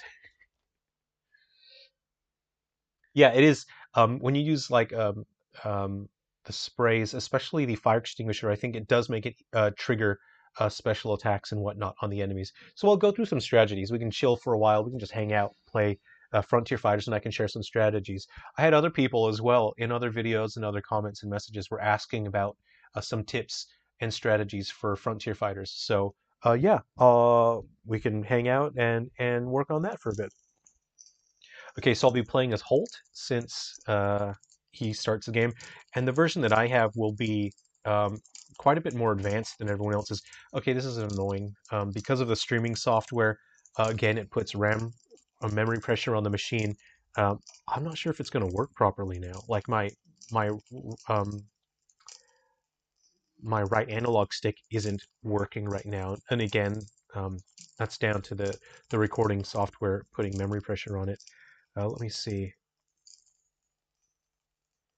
Well, I'll see if I can at least play one mission. I think this happened the last time we tried to play this on stream, so I won't be able to aim. It's kind of irritating. There's okay, yeah, this is gonna make it really tough. Oh no, my ZL button or my ZL. So there's a trading. Let me get the trading card. Okay, so when you get these trading cards, when you're starting fresh with Frontier Fighters, you're going to want to take the card. Also, growing. Have you been growing crops? So in the story mode, you can get a planter box, and the planter box will appear here, and you can grow potatoes. So it will spawn a watering can. Use the watering can in between missions to grow the crops. You'll get potatoes. You give the potatoes to the characters in the campsite. So Annalise, Holt, Moss, Arnold, and Sam all have a unique recipe. Excuse me. So if you give them a raw potato, they'll cook the items. Sorry, excuse me. And those items will give you substantial boosts during missions. So those are useful as well if you're having a tough time with missions. Mashed potatoes, yeah. I think Annalise has French fries. Arnold has a, a soup. Um, does Moss has a baked potato, I think, off the top of my head. I'm not sure. Okay, so here's the mechanic. I'm going to give him a trading card. Delightful. This will make a fine addition to my collection. Okay, and the mechanic has given me, yeah, this is actually a pretty good weapon. All right, so this is the cryo shot, and it has a critical snack equipped. So again, it's stuck loading again because the recording software has some memory pressure on there. I'm going to check the bottom screen here just to read this out to you. I click on check. A cryo shot, critical snack. The first shot after consuming his item is 100% stronger. That's useful. What I will do, I'll just grind for a weapon real quick. I'll go through the first mission and um, I'll just run straight to the end and then we'll get some items here because your starting equipment is not great. So when you're first starting out, this is a good way to grind for equipment. And I'll just show you how I do it. It's pretty easy.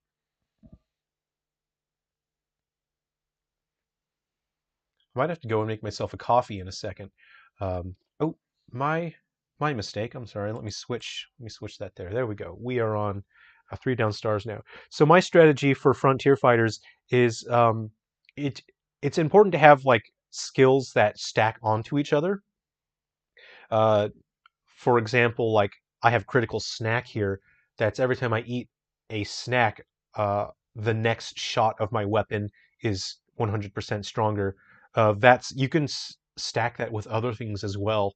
Like for example, um, there's an ability where I think when you crouch, your shots are stronger, or when you just reload, your first shot is stronger. Um, and so it'd be good, like if you have those two skills, and say you come up against a bear or something, then you eat your snack, so it boosts your shot, and then you reload, so it boosts your shot, and now you could have your next shot is actually 200% stronger as opposed to just 100% stronger.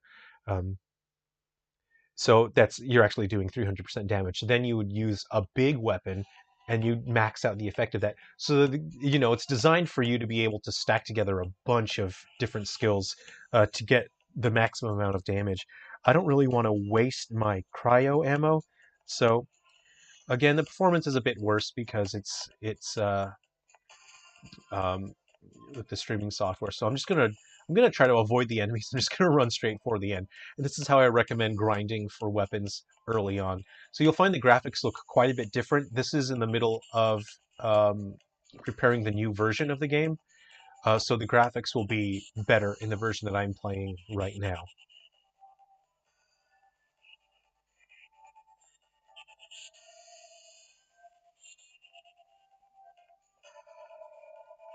And also, yeah, collecting experience points and leveling up your character's stats. If you're finding you're having a tough time dealing with certain enemies in certain levels, yeah, get some experience points for your characters and just boost their stats.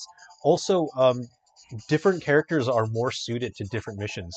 Um, Holt is the most balanced character in terms of stats, but there are characters who are slower, but they're designed more for just massive damage output. So if you're on like the Bears mission, and you're having a tough time with that, try switching characters. I have a feeling Arnold might be good for dealing with bears. Um, you might also try a character who has uh, ways to boost explosives. So Sam is a very good character for explosives. And if you're having a tough time with bears, I would recommend going Sam and buying a bunch of dynamite. And then when the bears start ganging up on you, just chuck the dynamite and rely on Sam's skill board. Sam's skill board does have um, a lot of explosive boosts on there. Yeah, Arnold is slow, but he's meant as good damage output.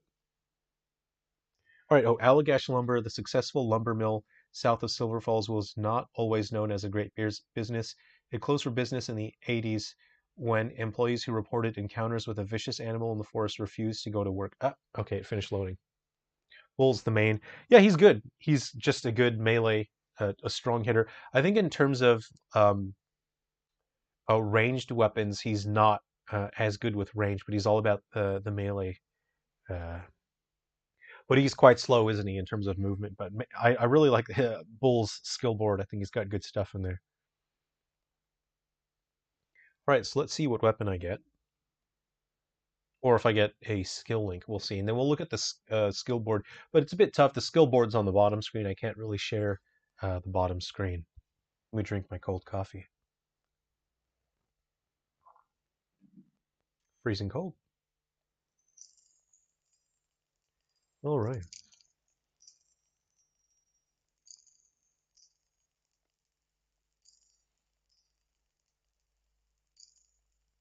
I'm not sure I have a favorite that I play. I actually like to use all the different characters. Let's see what I got. And it's a skill link. I was kind of hoping for a weapon, but whatever. All right, I got a skill link. That's pretty useful.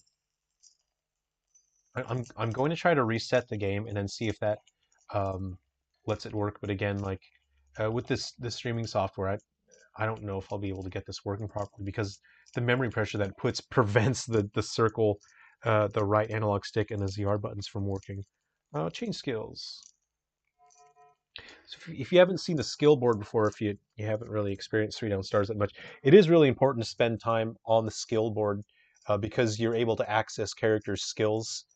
Like Holt is really balanced, but he's got a great focus on melee combos and whatnot. So it's important to spend time on that and try different um, loadouts. Like he's got one here, defensive grappling. It reduces damage by 25% when you're grappling. So if you're finding you're getting grabbed by enemies a lot, that would be a useful skill to have. I'm gonna see if I've got anything good that I can do here. So you can see I added a skill link just there to the bottom one. And you'll want, see, I was able to enable that top one, so now I can put a skill link there. I'll do that now. I'll just put one of the default ones on. Am I going the right way? Yeah, I'll put that on. And it's important, sometimes you will need a grind for skill links as well. Yeah. Oh, Soldier's here. Hello. He's got a target pistol for me. That's good. Actually, I might just sell that. Let's see here. Item storage.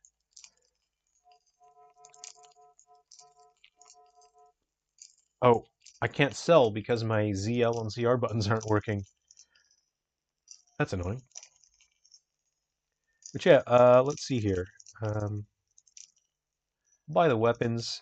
Um, yeah, if you're having a tough time with the bears, I think your best bet is to stock up on moose tokens. Obviously, oh, if you want a pro tip, Lunar Knights, there's a trick that you can do with the potatoes. So grow as many potatoes as you can. In Birdman Senpai, how's it going? We're talking strategies and some tips for frontier fighters. So when you really need money for frontier fighters, you want to use the watering can to water the crops in between the missions. And the most valuable potato that you can sell is Sam. You give Sam the potato, he'll burn it. He'll give you a burned potato, and you can sell them for more than all the other potatoes. So that's a good way to build up moose tokens. Also, let's go for a quick walk here. So every time you return to the hub area, there's a random spawn for like flowers. There's friendship flowers and lavender. Let's see if I can find any here.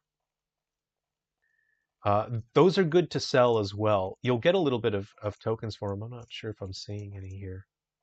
Oh, maybe I didn't get a good spawn this time. I'm not seeing any. Is that one? Yep, there's one. All right, I got some lavender. Yeah, these are random, so they're not always in the same place each time. They're not always the same item. So go for a walk around the camp. Go pick some flowers. Go pick some lavender. Uh, and then after you've picked up enough, go and sell them. So let's see how much I'm going to go here. Let's see.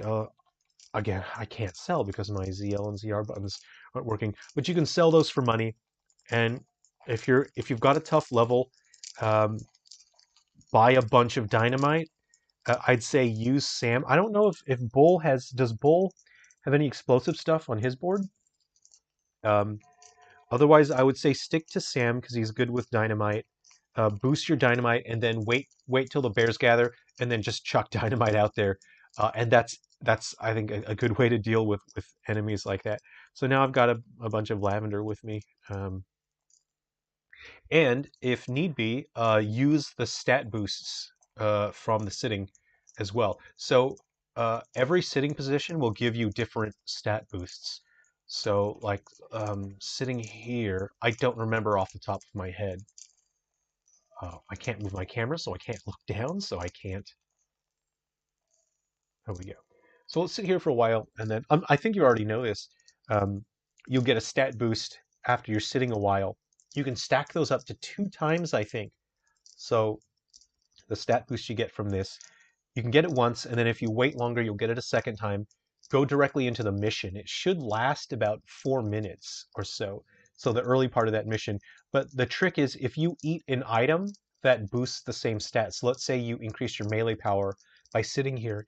If you've got like a potato that will boost your melee power, it refreshes the time on your original boost. So if you keep eating um, certain potatoes that boost your melee power every like 2 minutes or so. Yeah, see this one, that last 4 minutes, melee power is boosted by 15. I'm gonna wait. If you wait, you can get that one a second time. So if you keep eating potatoes throughout your mission, you can keep that boost active through the whole mission as well. So yeah, get a free stat boost as well, and that will actually be quite useful.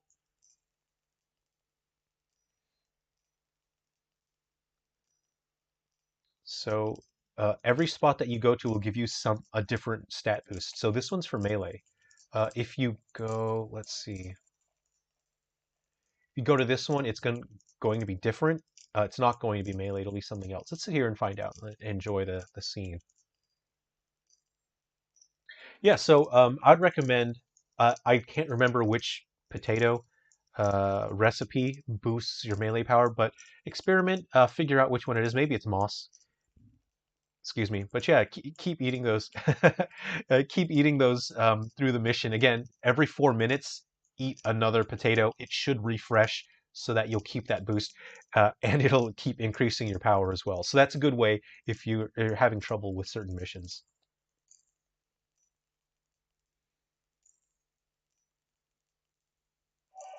All right, this one's firearm power. So this is where you're sitting next to Moss. Normally Moss will sit there, um, and that one will boost your fire power as well. Egg, thanks for hanging out and for watching the stream. I'll try to do another stream again soon with more games and more stuff. So, yeah, take care. Have a good night. Thanks very much for hanging out at the stream.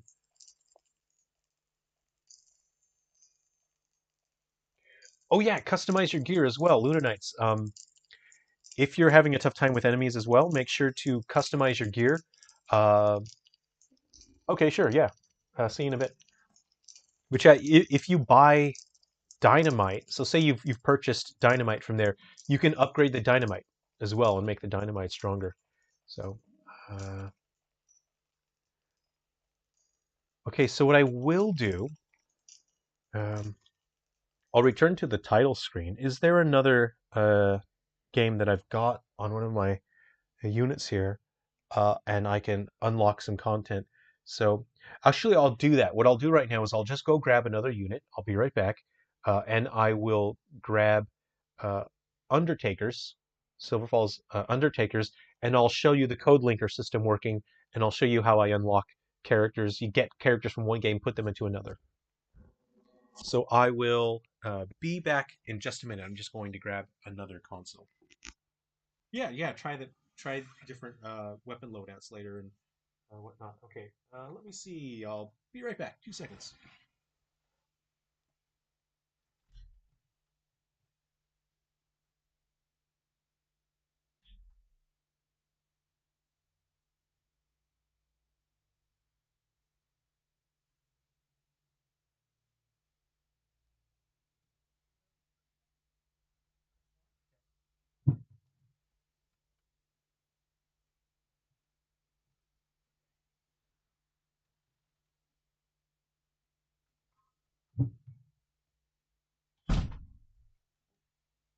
Loading rig.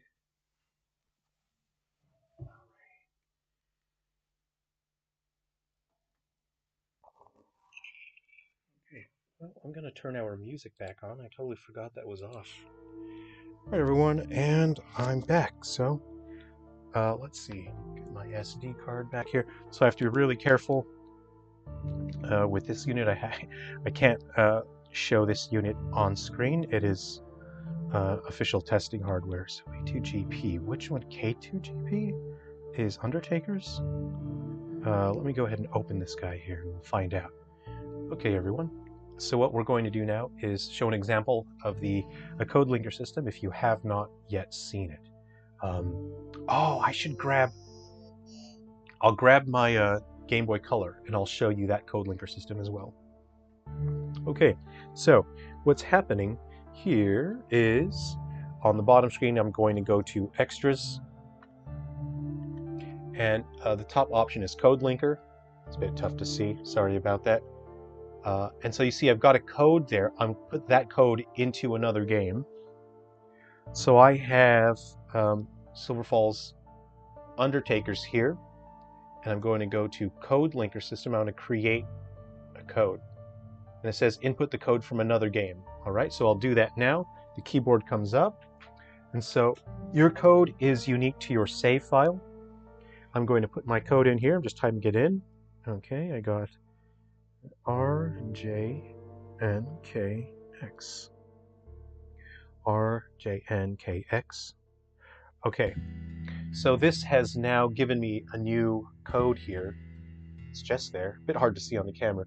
So it's created a code just there. So I'm going to take that and on my Silver Falls 3 Down Stars, I'm going to use the code, and it says, okay, put in the code that you just got from the other game. I'm going to do that now. So my Undertakers has spit out a code. I'm going to enter it PGSTM, and we'll see what happens here. Okay. Ooh.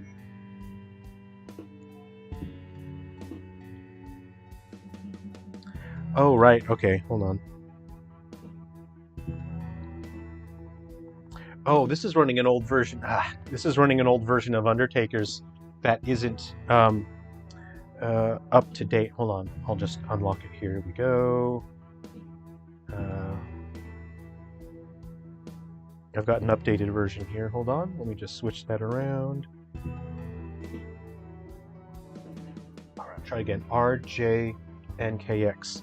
RJNKX. Okay, and now I've got use key code here. Yep. And I go KHIHE. All right, and so it's successfully unlocked, and it says content unlocked, Bull Brandish Pixel Gun now available in Frontier Fighters mode. I'll do one more here. So if you have the Game Boy Color game, can I grab my Game Boy Color? I'll be right back. I'm going to grab the Galaxy Bound Curse from the Game Boy Color. Or I don't know what my cartridge is actually. I'll just use this application here. So I've got a key application here. Galaxy Bound Curse. GBC. Where is it?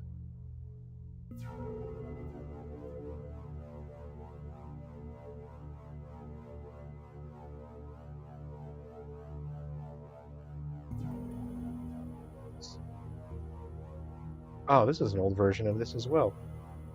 Okay. We'll do it next time. But you can unlock, if you download Galaxy Bound Curse from the Silver Falls website, you can get a duck that will go on missions with you. The duck is very useful because it can protect your flanks, so if enemies try to flank you, the duck will attack them for you. That's pretty useful. Anyway, we've just unlocked Bull Brandish, so what we just did, we connected 3 Down Stars with Undertakers, and we have unlocked a new playable character. So for the upcoming games, you'll be able to use Code Linker to add new characters as well. So Ghoul Busters has new content. Guardians and Metal Exterminators doesn't add a new character, but it adds a special weapon, and I don't want to spoil what that is, but if you play Guardians and Metal Exterminators, you'll recognize what the weapon is. It's a little bit of a game changer. There's something special about that weapon. So in 3 down stars, you can only get weapons with 1 skill attached. They have a unique skill that can really change things up. This weapon has 2 skills attached, and if you find new ones, it can always have 2 skills attached, so it's pretty wild. Okay, and we'll see how the loading goes on this. We'll switch over to Bull Brandish, and then we can have a look at his gameplay. So he's got a really cool skill board. He's just a massive heavy hitter, great damage output.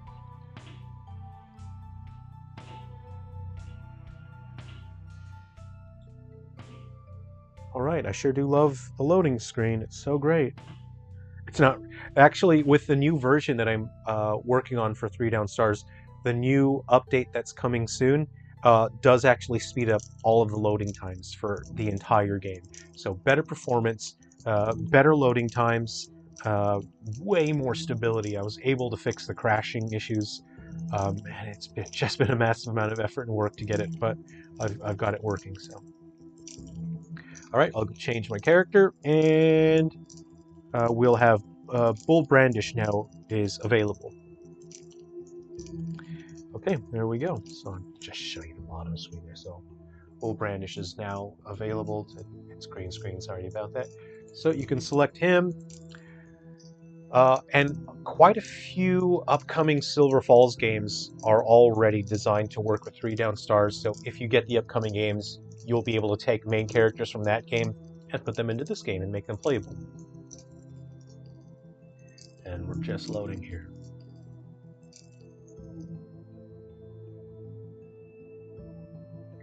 There are quite a few alternate outfits as well. So as you're playing Frontier Fighters in 3 down stars, pretty much all the characters have alternate outfits. So you'll want to keep playing through the different levels. There we go. So there's Bull Brandish. He doesn't start with any equipment, but it says it gave me a pixel gun. There's only 1 round in there. Okay. All right, give him a stick. Okay. Okay, so that was the inventory menu. Oh, right, so I actually have to disable the top screen while I'm drawing the inventory so that the game doesn't leak memory. That was something that I had to implement in one of the updates. It was wild, like the amount of workarounds and hacks that I had to do to get it working properly is just insane. All right. And again, because of the streaming software, it's not working properly. I can't aim. I'll just do a quick run and then hopefully I'll get some equipment. So quick run, hopefully I'll get like a shotgun or an SMG. SMGs are actually quite useful as well.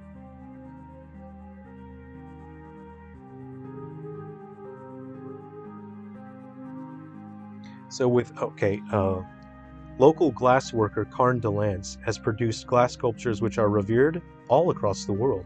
After physicists and musicians examined some of these sculptures, they came to the conclusion that these glass works seem to emit a soft, almost imperceptible hum or buzz. Perhaps they pick up vibrations from the environment. A bit of lore that you can read from the loading screens there. Yeah, Bull is a good character. He's got a massive amount of health, so he can take quite a few hits. He can take way more damage than, say, like Annalise, who's a fast character, but she can be killed pretty quickly if you're not careful. Whereas Bull is take a hit and then return a stronger hit. He's got good melee. I'm not sure if he's got some fire boost. I think Lumberjack boost. He's got that on his skill board, so anything that's like a Lumberjack related item gets boosted noticeably. That's a pretty good way to build up Bull's abilities. Alright, so hopefully I'm just going to, again, this time I'm going to avoid the enemies. I wouldn't be able to... Actually, Bull mostly uses melee weapons. You could probably, even though I can't aim and use the right analog stick, you could finish a mission with Bull because his melee weapons are so good. Alright, here we go. And so again, if you're not familiar with this guy, he's the main character from Silver Falls Undertakers. He's a little bit older than he was in Undertakers. Let's see here. I'm actually just going to give this guy a whomp.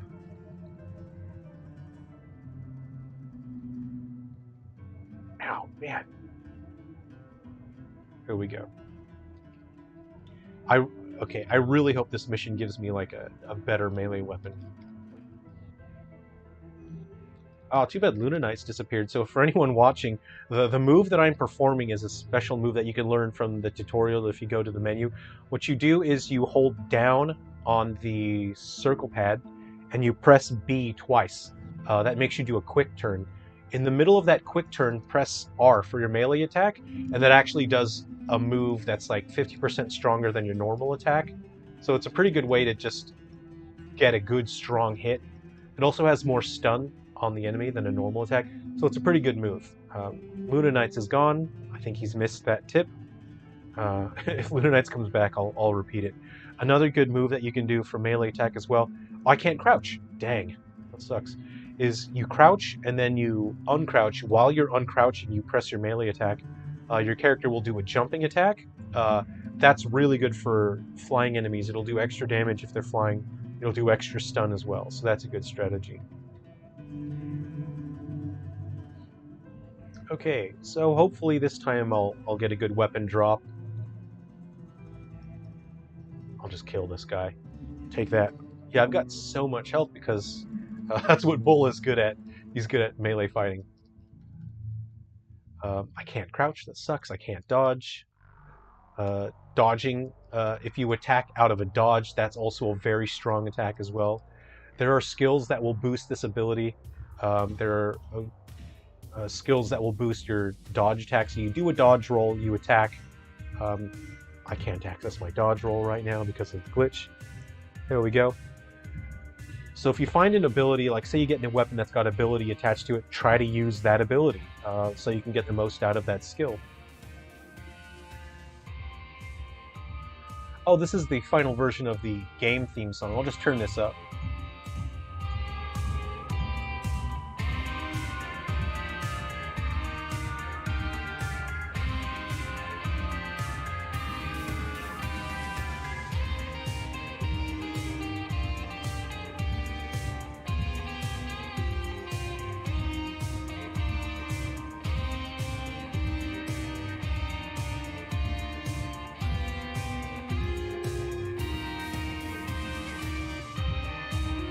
Oh, right. So these special attacks that I'm showing you, these special abilities. Let's turn that down again.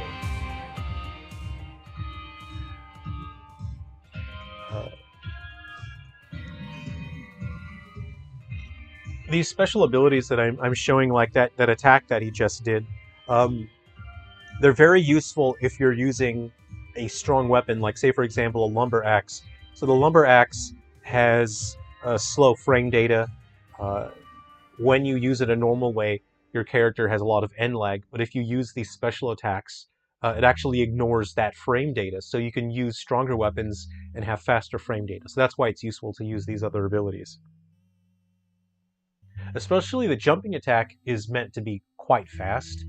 So if you've got a lumber axe, you know, use the jumping attack because then you won't have the end lag that you normally have, and that's you know part of the more advanced part of the combat system that lets you do a lot of damage without having to deal with the slow frame data. Okay, something good. I need a good melee weapon. Come on, good melee weapon. That's another skill link. You're killing me right now. You're killing me. All right. Let's go to the skill board, and I'll just quickly go over Bull's skill board. Actually, quite a few players have messaged me, and they've said that their favorite character to play as is Bull. I get it. He's cool. He's just a cool guy. Thank you. I got a fresh coffee. Okay, so I'll talk you through it again. It's on the bottom screen, so I can't really show you on the top. I'm just going to lower this a little more. Right, so Bull has... so his first starting ability that you can always access, it increases his maximum ammo capacity by 50%. That's a great way to carry more ammo into battle. Straight over to the right, he has boosted bow damage by 25%. He can increase token pickups by 15%. And then he has a bunch of defensive abilities.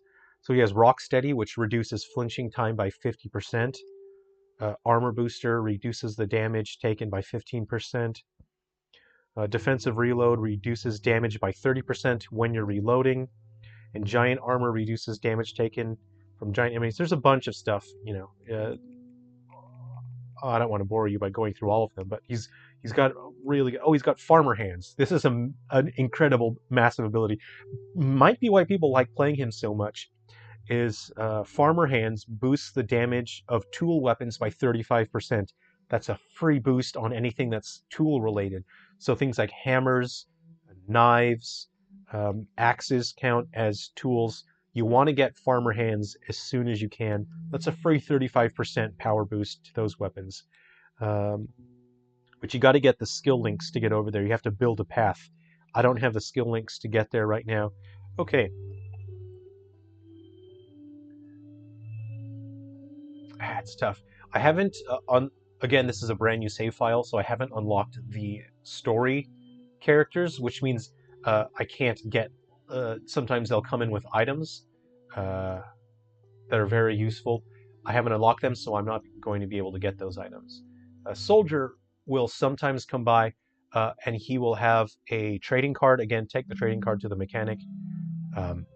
Dang. All right, so what I will do this time, I'm actually going to defeat enough enemies this time so I can unlock the next mission.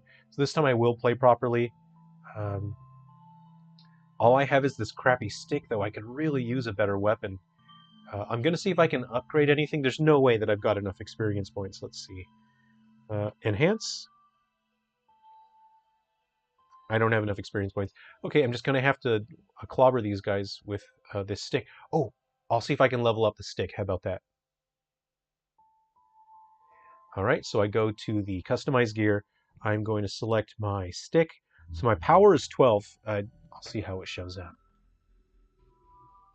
Power is 12. I'm going to level this up. Power. It only costs 30. I've got enough tokens. So it's gone from 12 to 16. I should be able to, if I keep using that turnaround attack, it's called a reversal attack, I'll have to rely on that. And then, yeah, if I kill enough enemies, I'll be able to unlock the next stage. Let's go ahead and try that. It didn't cost a lot. You can see it only cost me 30 tokens to get that level up. So if you're having a tough time with missions, definitely level up your weapons, anything that you can. The stick actually isn't a bad weapon. It's quite fast. The frame rate is pretty good on the stick. So I'd recommend, even if that's, again, you start out with the stick, you start out with the pistol. The pistol's crappy. And it's really the luck of the draw, really, because you get one free trading card. You take that to the mechanic. Sometimes you'll get an extremely useful fast weapon. Okay, this time I'm going to just defeat enough enemies. I think I've got to kill 5 or 6. We'll see. All right. So I'll just share some thoughts with you guys on my development for this.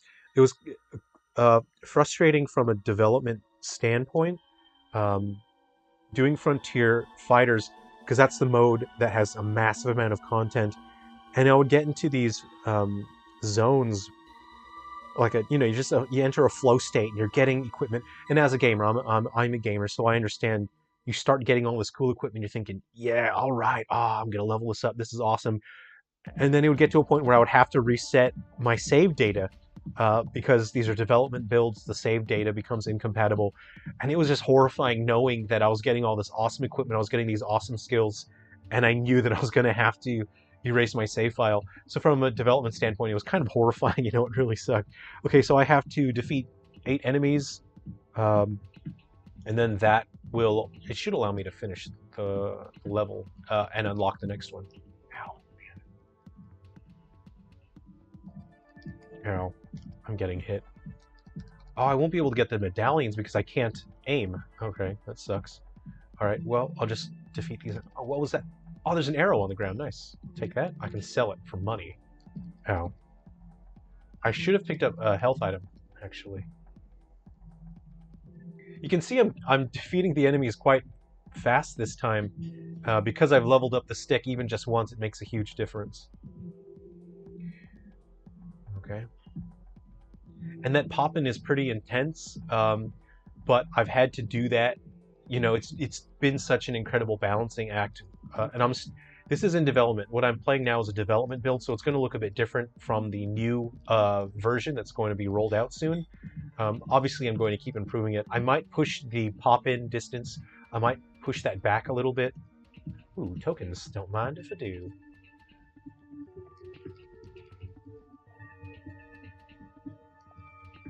Ah, get away from me, get away.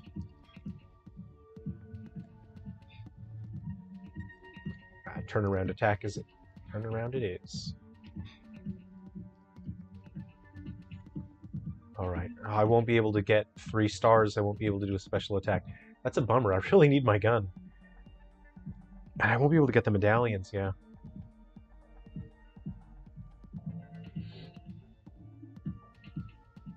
Yeah, you have to get 3 stars in order to get to the next level. So you can either find the medallions and shoot them down, or you can get 2 special KOs. No, don't damage me, don't damage me. Get off me, bro, get off me. I need to defeat 4 more enemies. I really should run away. When they have the rage like that, it's best to run. You won't be able to flinch them when they've got rage. I think I've taken too much damage. I won't be able to get a good rating on this. I kind of like this track. I'm going to turn it up. The track that's playing right now is from White Inside Its Umbra.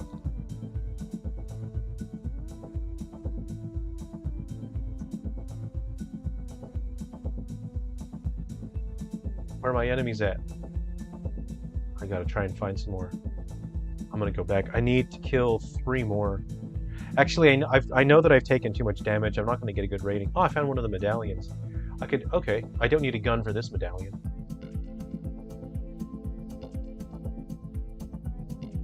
Well, I'll just finish the level then. I know that I've taken too much damage.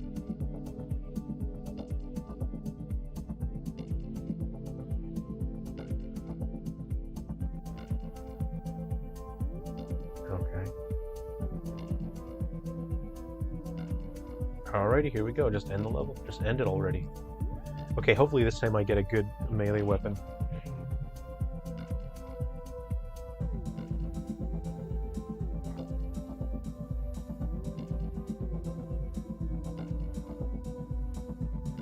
Alright, let's see what we get. So yeah, the update, we're towards the end of the video now. I'll wrap things up. So what I will share is that I was going to wait until all of these games were out. Dang. Oh, there's only 2 medallions. If I find the other one. Yeah. So I was going to wait until all 7 of these games were submitted before finishing the update for 3 down stars. But what I'm actually going to do now, because there's so much demand, people keep asking about 3 down stars. Right now, I'm working on the 2 Gaiden games. So there's Gaiden for Wii U, Gaiden, Deathly Delusion, Destroyers on 3DS. What I'm actually going to do, pardon me, what I'm actually going to do is work on the 2 Gaiden games and do the update for 3 down stars at the same time. So that means I'm just going to have to push myself pretty hard for a couple weeks, but now I'm working on the 3 down stars update actively at the same time as these 2 games, and that means remastering every single texture in the game for 3 down stars. And I'll be getting that update ready to send in to Nintendo so that people can have a new version of 3 down stars that's more stable, and it will have better graphics overall, gets rid of the crashing in the middle of the game, and faster performance, better visuals. I think I already said that.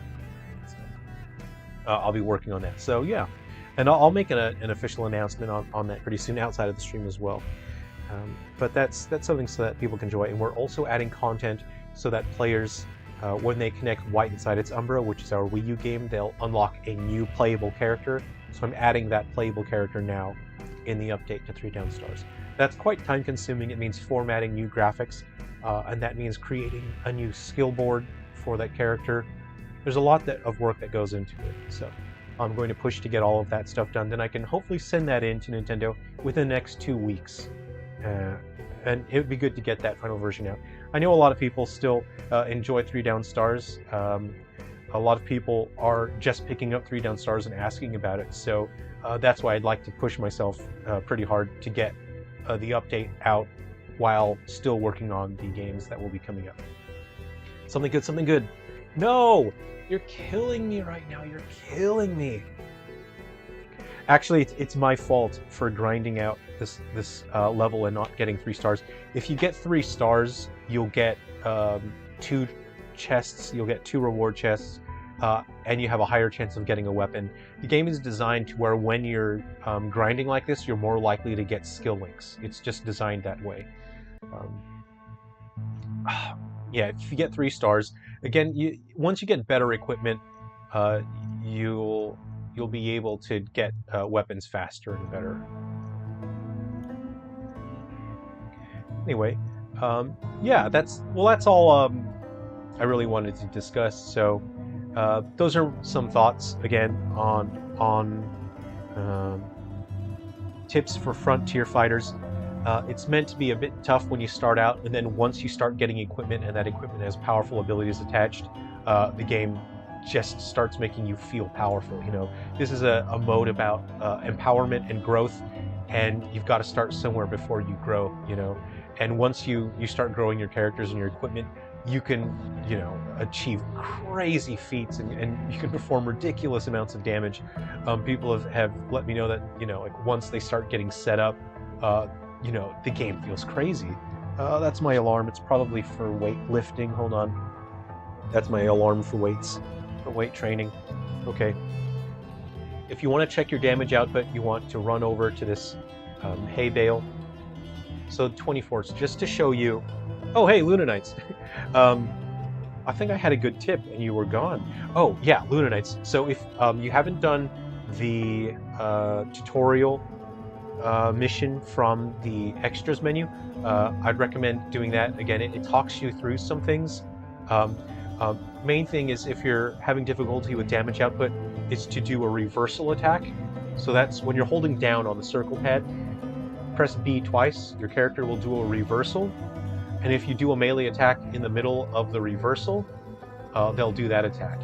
So if I do this, that's 24 damage. I'll get my kick in. Just chain my kicks together.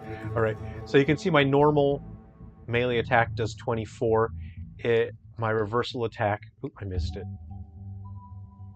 My reversal attack I missed it. It was 30 something. Reversal. It's tough. I can't control my camera, which is making this very awkward.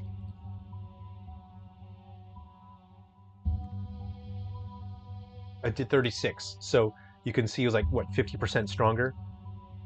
So yeah, my normal attack did 24, the reversal attack, again, did 36. And that's, you're gonna take enemies out. Also, what's good about that, equip the strongest weapon possible, because your reversal attack ignores the frame data of your weapon. So normally if you have something like a lumber axe, it's very slow with the frame data. You have a lot of end lag, but this ignores your frame data. Your crouching attack also ignores frame data, and your jumping attack. So if you're not using your jumping attack, especially you mentioned the crows, jumping attack is really useful. So what you want to do, again, my ZL button is not working right now because of the streaming software has memory pressure. It's caused the game to glitch. You crouch and then you uncrouch. While you're uncrouching, you press the L attack, or R. You press R while you're uncrouching. Your character will jump up and do a jumping attack. It does extra damage to aerial enemies like the crow, and it'll do extra damage and stun overall. So use that. So jumping attack and reversal attack are really important in terms of getting the most out of the combat system. Your normal melee attack is not going to be as good as that. Yeah, the kick did 68. That's so good. If you can buy bear spray tends to trigger those special attacks, which is good. So I would recommend getting the bear spray if you can. I think jumping attack is also designed to help trigger those special attacks. Try that. And then there's also your dodge attack. So you know when you're running and you press ZL, you'll do a dodge. if you keep pushing the melee button while you're dodging, you'll trigger the dodge attack.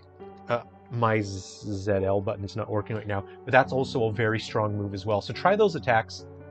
You'll find that you'll take out enemies that have a ton of HP. You'll deal with them much faster. Man, that's a 68 kick right there. Yeah, the balloon pop mission.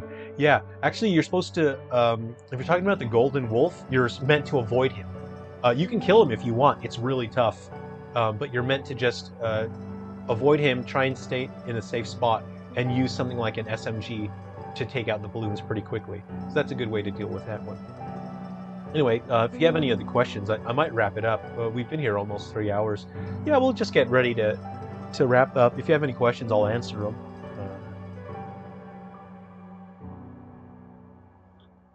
But yeah, my recommendation is make sure you're growing the potatoes.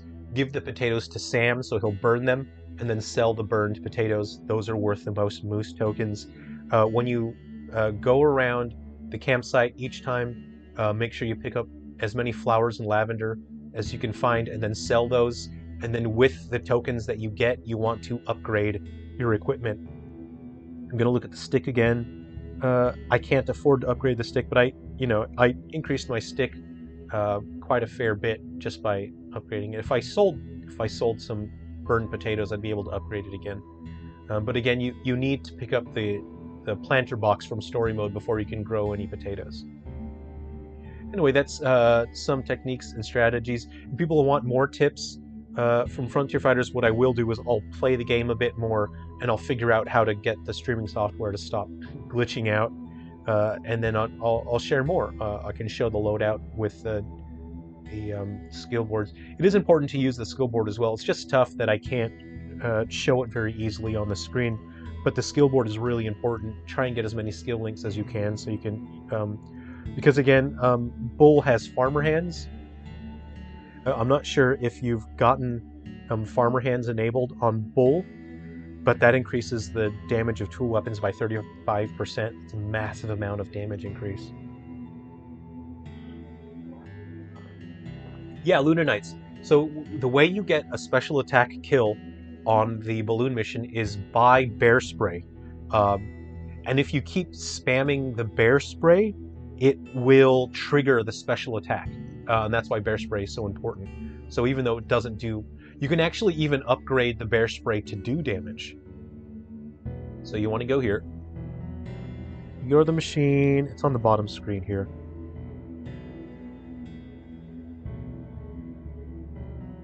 Oh wait, where do you, is it?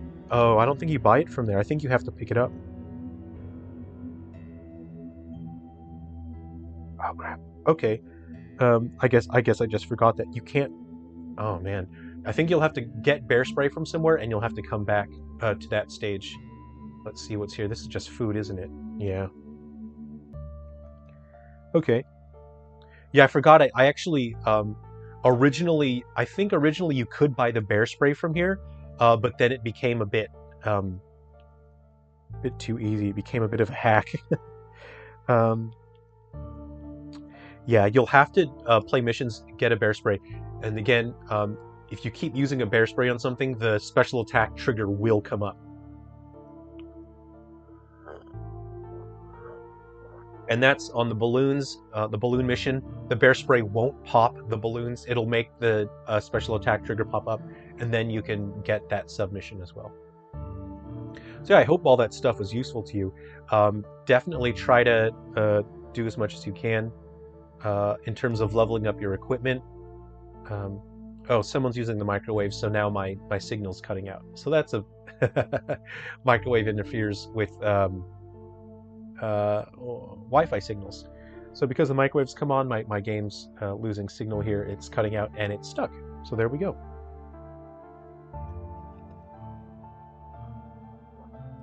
It may have just kicked it entirely. Hey, that's technology for you. Let me think if I can think of any other tips. Fire extinguishers. Even if you get the fire extinguisher, they'll do pretty much the same thing as a bear spray. they will trigger the special attack. So they're quite useful.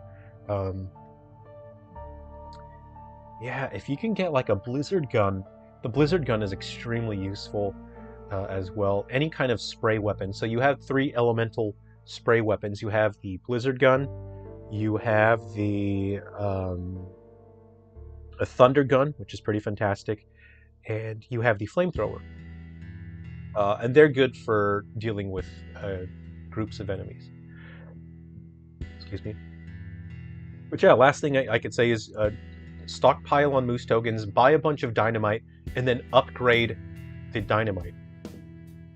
When you upgrade a consumable item, you can actually refill that by moving.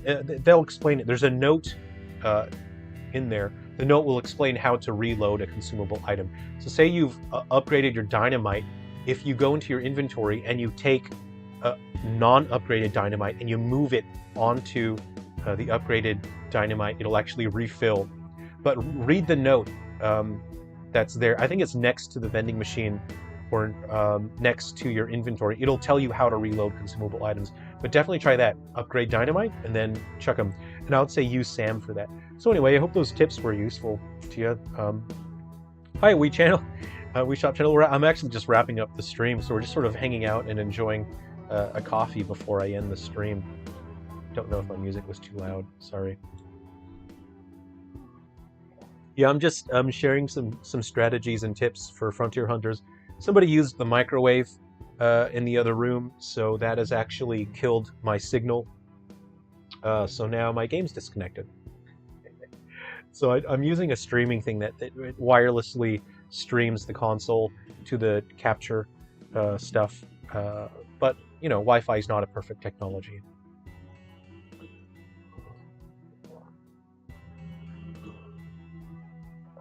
And certain weapons make the special attack trigger pop up sooner. So actually the stick is actually a good weapon because it does make the special attack trigger pop up. And that's the balance. So normally you have, like, you know, your weak weapons and then you have your strong weapons that are slow. The weak weapons are faster. But there's also weapons that are weak, but they make the special attack trigger pop up. So there's a balance there as well. There's a lot to the combat system that lets you build your own strengths, build your own playstyle. It's all about finding the way that you like playing the character and finding a way to deal with a particular challenge in a mission.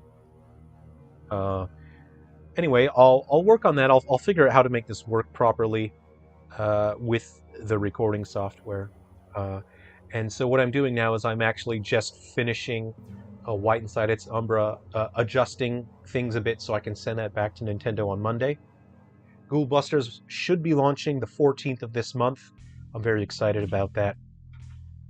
And I'll share a little bit of information about Ghoul Busters. There was meant to be a Frontier mode for Ghoul Busters, and I had to cancel it because I ran out of development time. But what I wanted was for Ghoul Busters to have an infinite... Can you just wait?